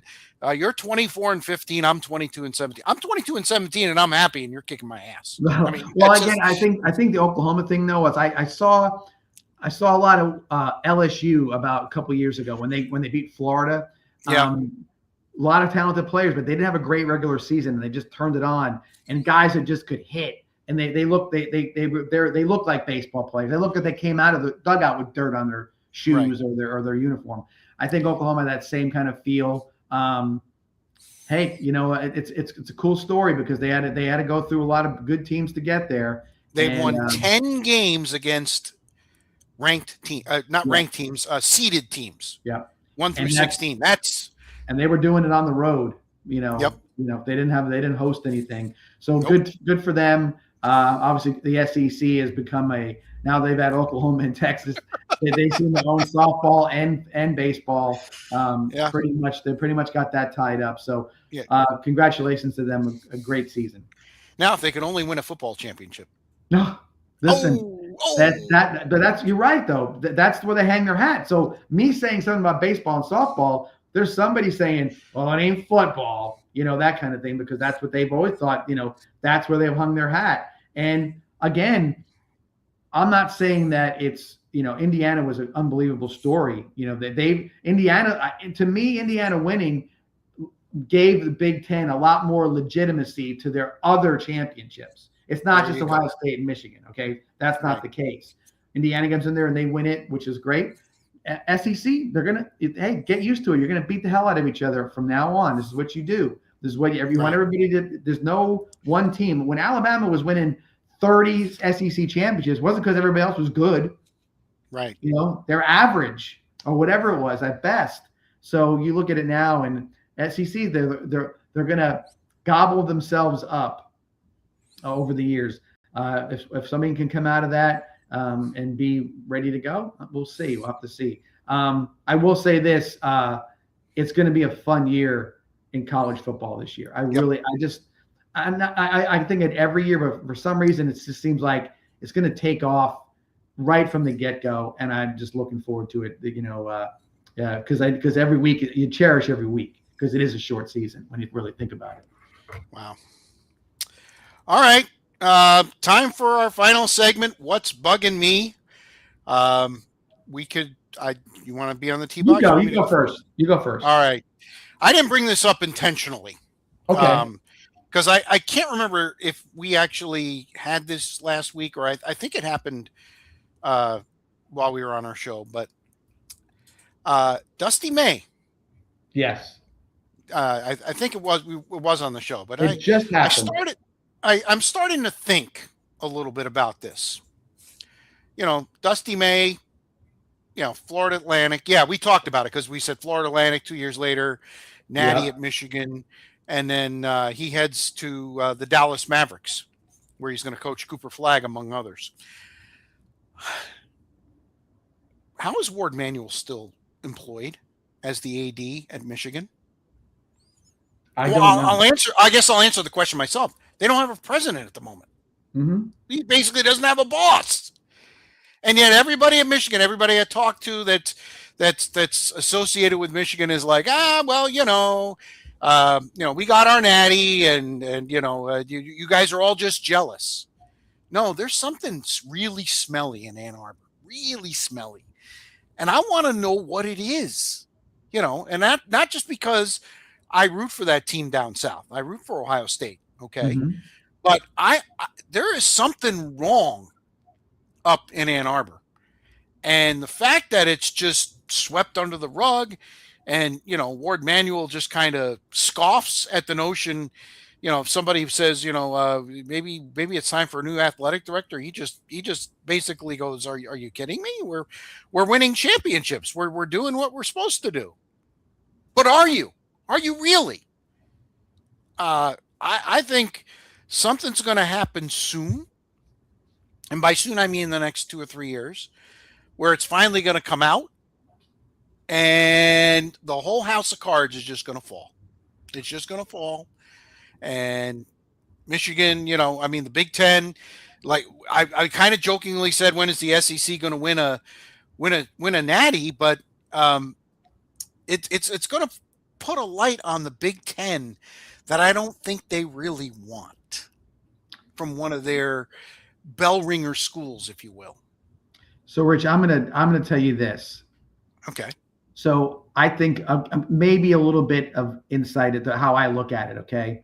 Mm-hmm. So the hiring of Jim Harbaugh at Michigan was an interesting hire, not because he's a Michigan man or whatever, but Jim Harbaugh goes places and he dirties the water. Mm-hmm. Okay. Jim Harbaugh is Lou Holtz. Okay. Lou Holtz passed away recently. Mm-hmm. He dresses like Lou Holtz. He spins yarns like Lou Holtz because they're full of crap. Lou Holtz, over the years, everywhere he went, he left it in bad shape. Going backwards, South Carolina was a disaster when he left. There was a riot on the field that the Clemson and South Carolina players got into a massive fight. He left it for dead. Spurrier brought him back to life. At Notre Dame, he wanted the rules changed for academic eligibility. We can't win if we don't get these kids in here. Whatever it may be, right? He dirtied the water for Notre Dame. What happened to Notre Dame after Lou Holtz left? They didn't do nothing. Okay. For a while, yeah. Lou Holtz was also at the University of Arkansas. I'm going to go Minnesota first. Minnesota had a quarterback named Ricky Foggy, who he paid for Ricky Foggy to fly home to see his sick mother every week or whatever else he did, and didn't care that it was against the rules because he felt he cared more about Ricky Foggy. No, he cared about getting a great quarterback to be happy. Okay, what happened to Minnesota? They went down the tubes. Arkansas He's in Arkansas. All right. Gary Anderson, great running back.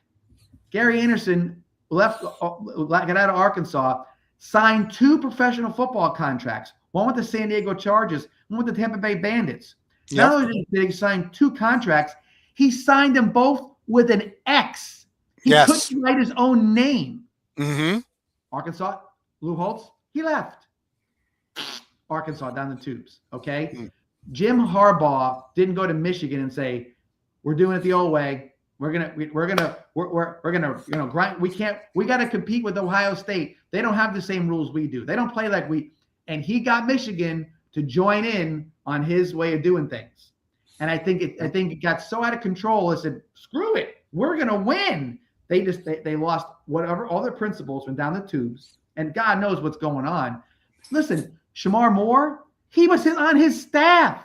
He didn't come he was from handpicked. He's a Harbaugh guy. Right. And yet nobody must have mentioned Jim Harbaugh because he's over down in San Diego. Dude, he hauled ass away from that program. He knew there was something wrong. He got out. He knew everything. And he sits there and he gives you that dumbass look, which is so fake. Oh, I don't know. I really don't know what he's saying. Whatever he says, right? Because he does stupid shit like that. When he was recruiting kids in Michigan, it's funny. He went and sat in some kid's tree fort with them, and he recruited them. You think that's all he did? No. He tried when he first got to Michigan, what did he try to do? He tried to come down to Florida and have practices at IMG because he was cooked with them so he could recruit. Right. This is the kind of stuff that starts to poison the well, and Michigan's out of control. And maybe Dusty May is no different than Jim Harbaugh. Maybe he's not that guy. Maybe he's the same guy, and he said, "Well, I got mine. I'm parlaying it into a job at the Mavericks. Bye," and leaving it in shambles again. Well, this is what I want to know, because I heard one report and it was only one, and it wasn't corroborated, substantiated, or what have you. But somebody reported last week, as this was all going down, that Dusty May basically went to the university and said, "It's either Ward Manuel or me. If you want to stay with Ward, then I'm leaving." So I think Dusty May knows more. I really do. I think he knows what's going on. You may be right, but here's what I say to you, Rich. Dusty May, somebody bought that team for him. Mm-hmm. Well, he didn't build a team. No, he bought a team. But that's the way it's going to be a lot. I understand that, but how many other teams had 5 new starters? They went 7 deep with the new guys. Who else did that? No one. Michigan did. Okay. Right. The checkbook got out. Go get me a team. He coached them up. He played by the rules, but dude, that's not Michigan. Do you think that sound like Michigan to you for all the years that we went out and bought a brand new team and then the coach hauls ass the next year? Something's up. Don't you? No, absolutely. He's not an innocent in this situation. He was compliant, looked around and said, "You know what? I won. I'm getting a little nervous around here. Before I get my name muddied or whatever else it is, I'm hauling ass out of here." Okay. Well, that was mine. That's What's good. yours, John? What's bugging me is in a celebration of having Coach Peacock on here today. Our first, we 941 Sports Zone. Everybody who probably knows that I started doing this with John Peacock about 3.5 years ago, and I had my first. But what's bugging me was WNBA related, right? You would think, what are you talking about? WNBA related, and guess what?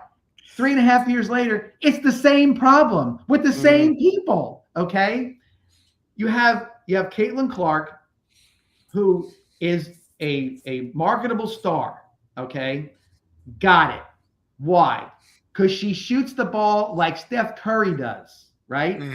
She can ball handle, she can shoot, whatever it is. Okay, and I'm leaving something out of that, whatever reason why she's popular. We'll get to that in a second. Okay. Okay. But she's popular, okay?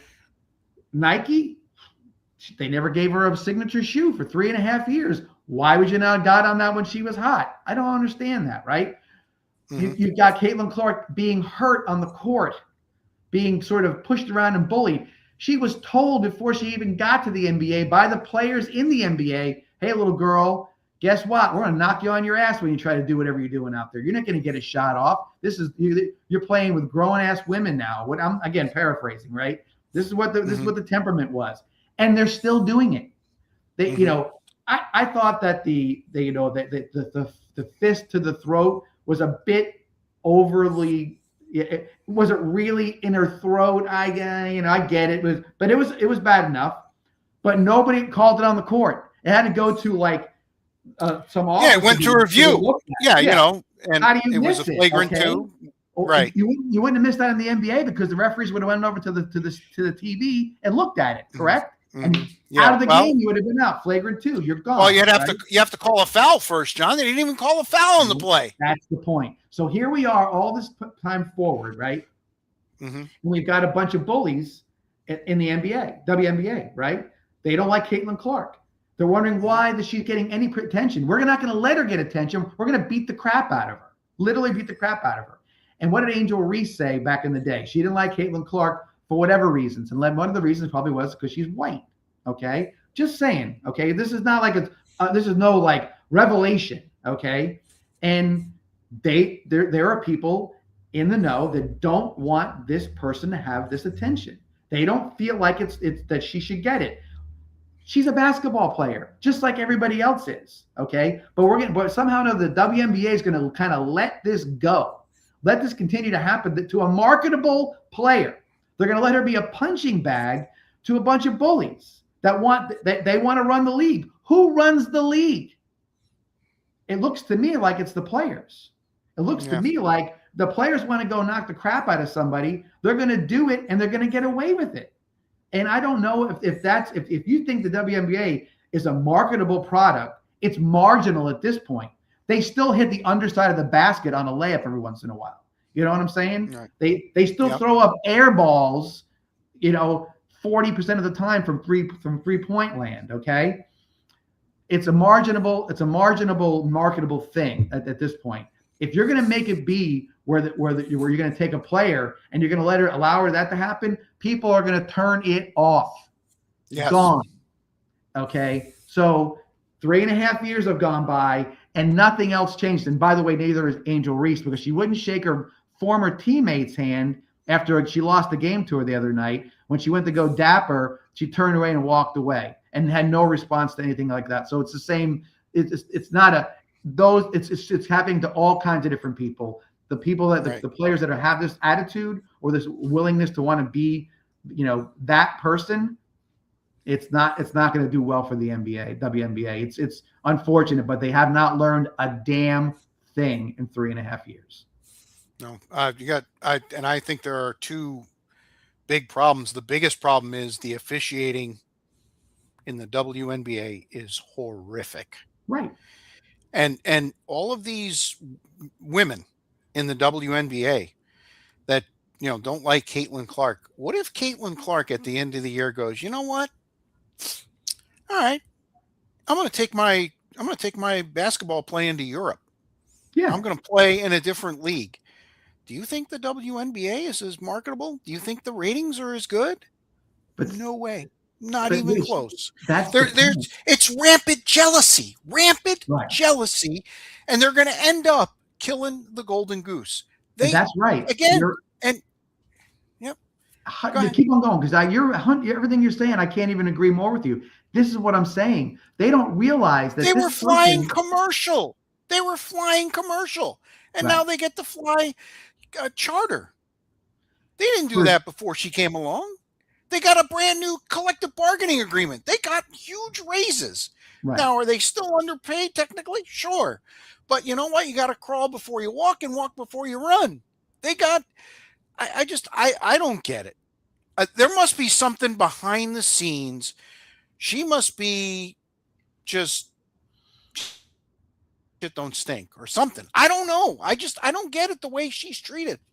So I always think when you see it, an organization or a group of people that are afraid to stand by somebody, there's something else that makes them that afraid.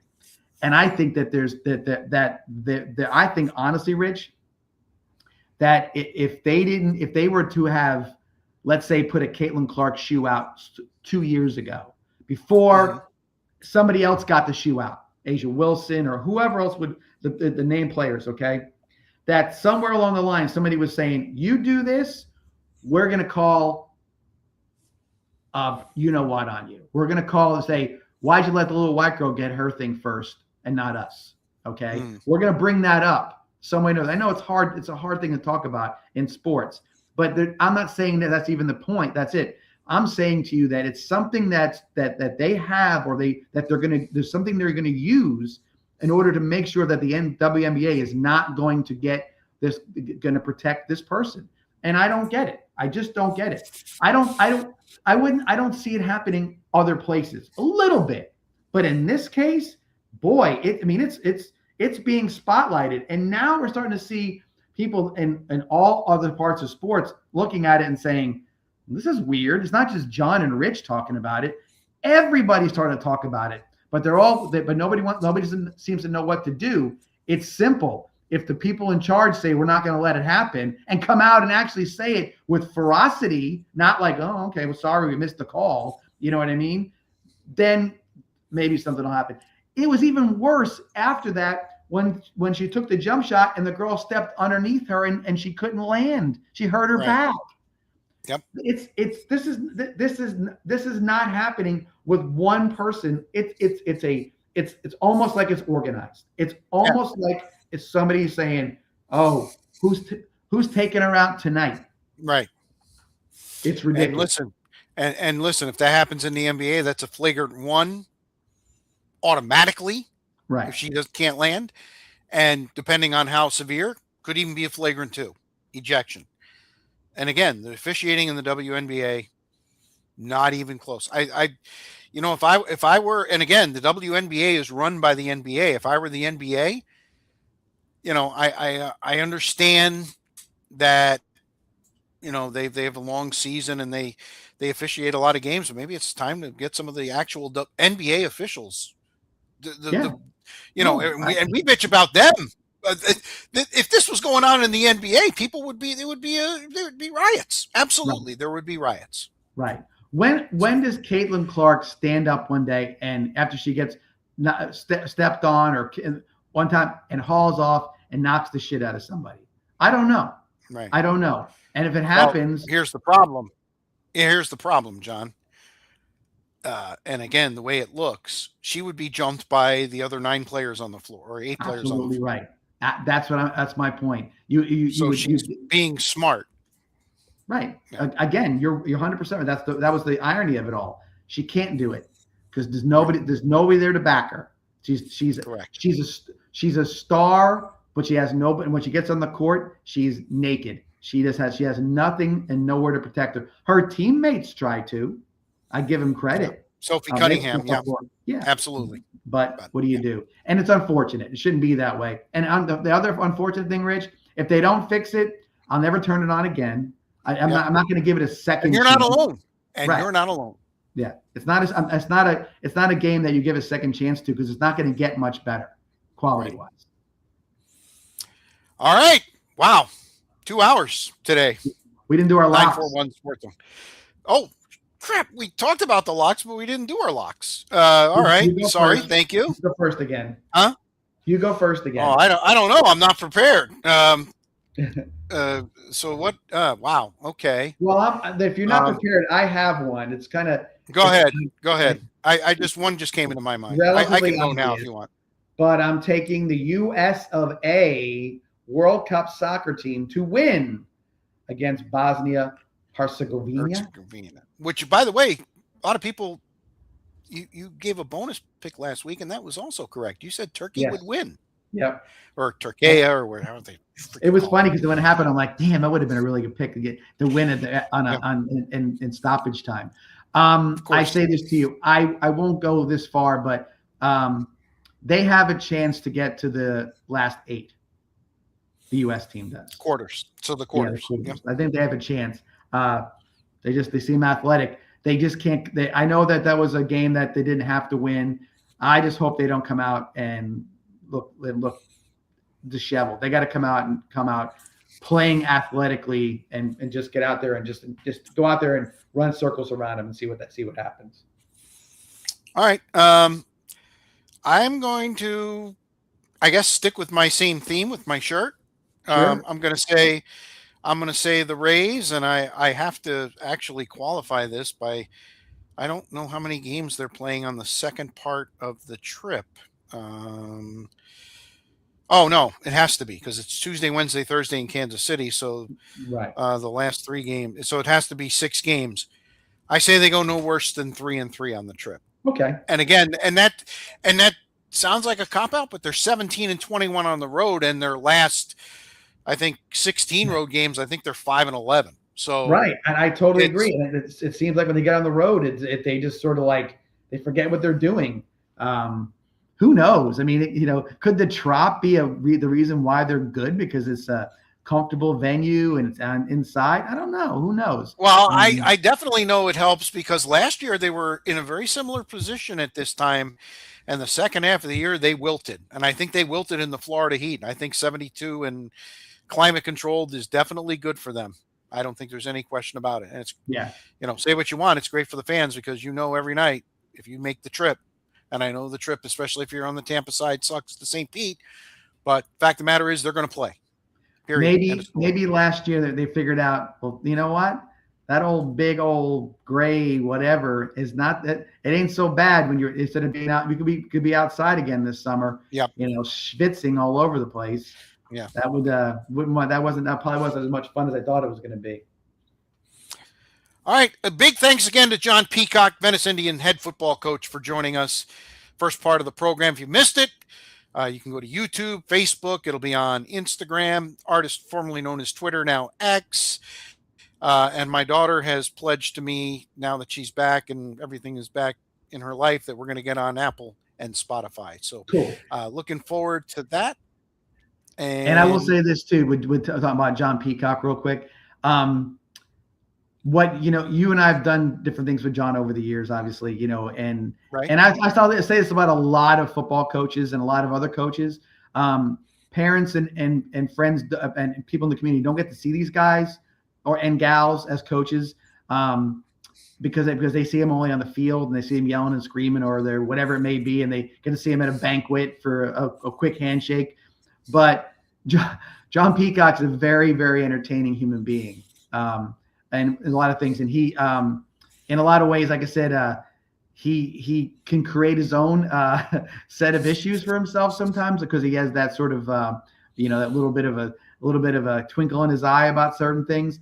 But he's a successful guy, a successful coach, and I think that as a person, he's a guy that you can want to have a beer with every once in a while. He's that kind of a guy. So hopefully this opportunity to be on a podcast gets everybody in Venice that knows him and wherever else it may be to see that he's got a little more personality than maybe he shows on the sidelines, like any coach would, that kind of thing. Yeah, he does, and he's certainly over the years developed a personality doing these. Well, just the fact that we did the coaching show shows together, and we have to dress up for Halloween and Thanksgiving. I mean.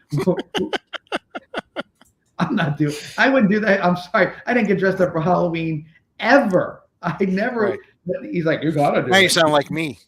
Yeah, so who knows? But but again, he's a very interesting guy and can be a lot of fun to hang out with. The most interesting man in the room. Today he was. All right, so big thanks to Coach Peacock again. We're steamrolling. We're July 24th is now literally we're almost in July. Just 3+ weeks away. Looking forward to it. How many confirmations do we have as of right now? 14. Listen, and we're still 3+ weeks out. Yeah. And if you're a coach that watches this and is in our area and would like to participate, a football coach, get a hold of John Massoni or myself.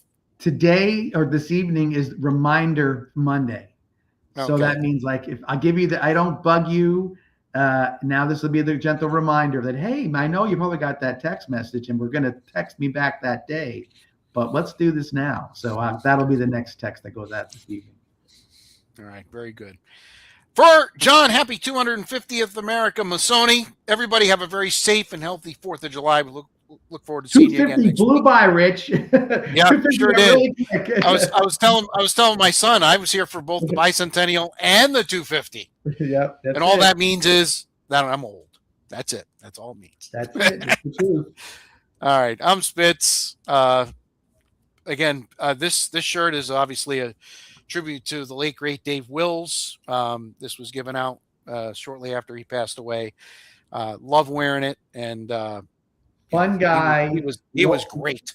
And the local baseball radio guy doesn't get enough credit.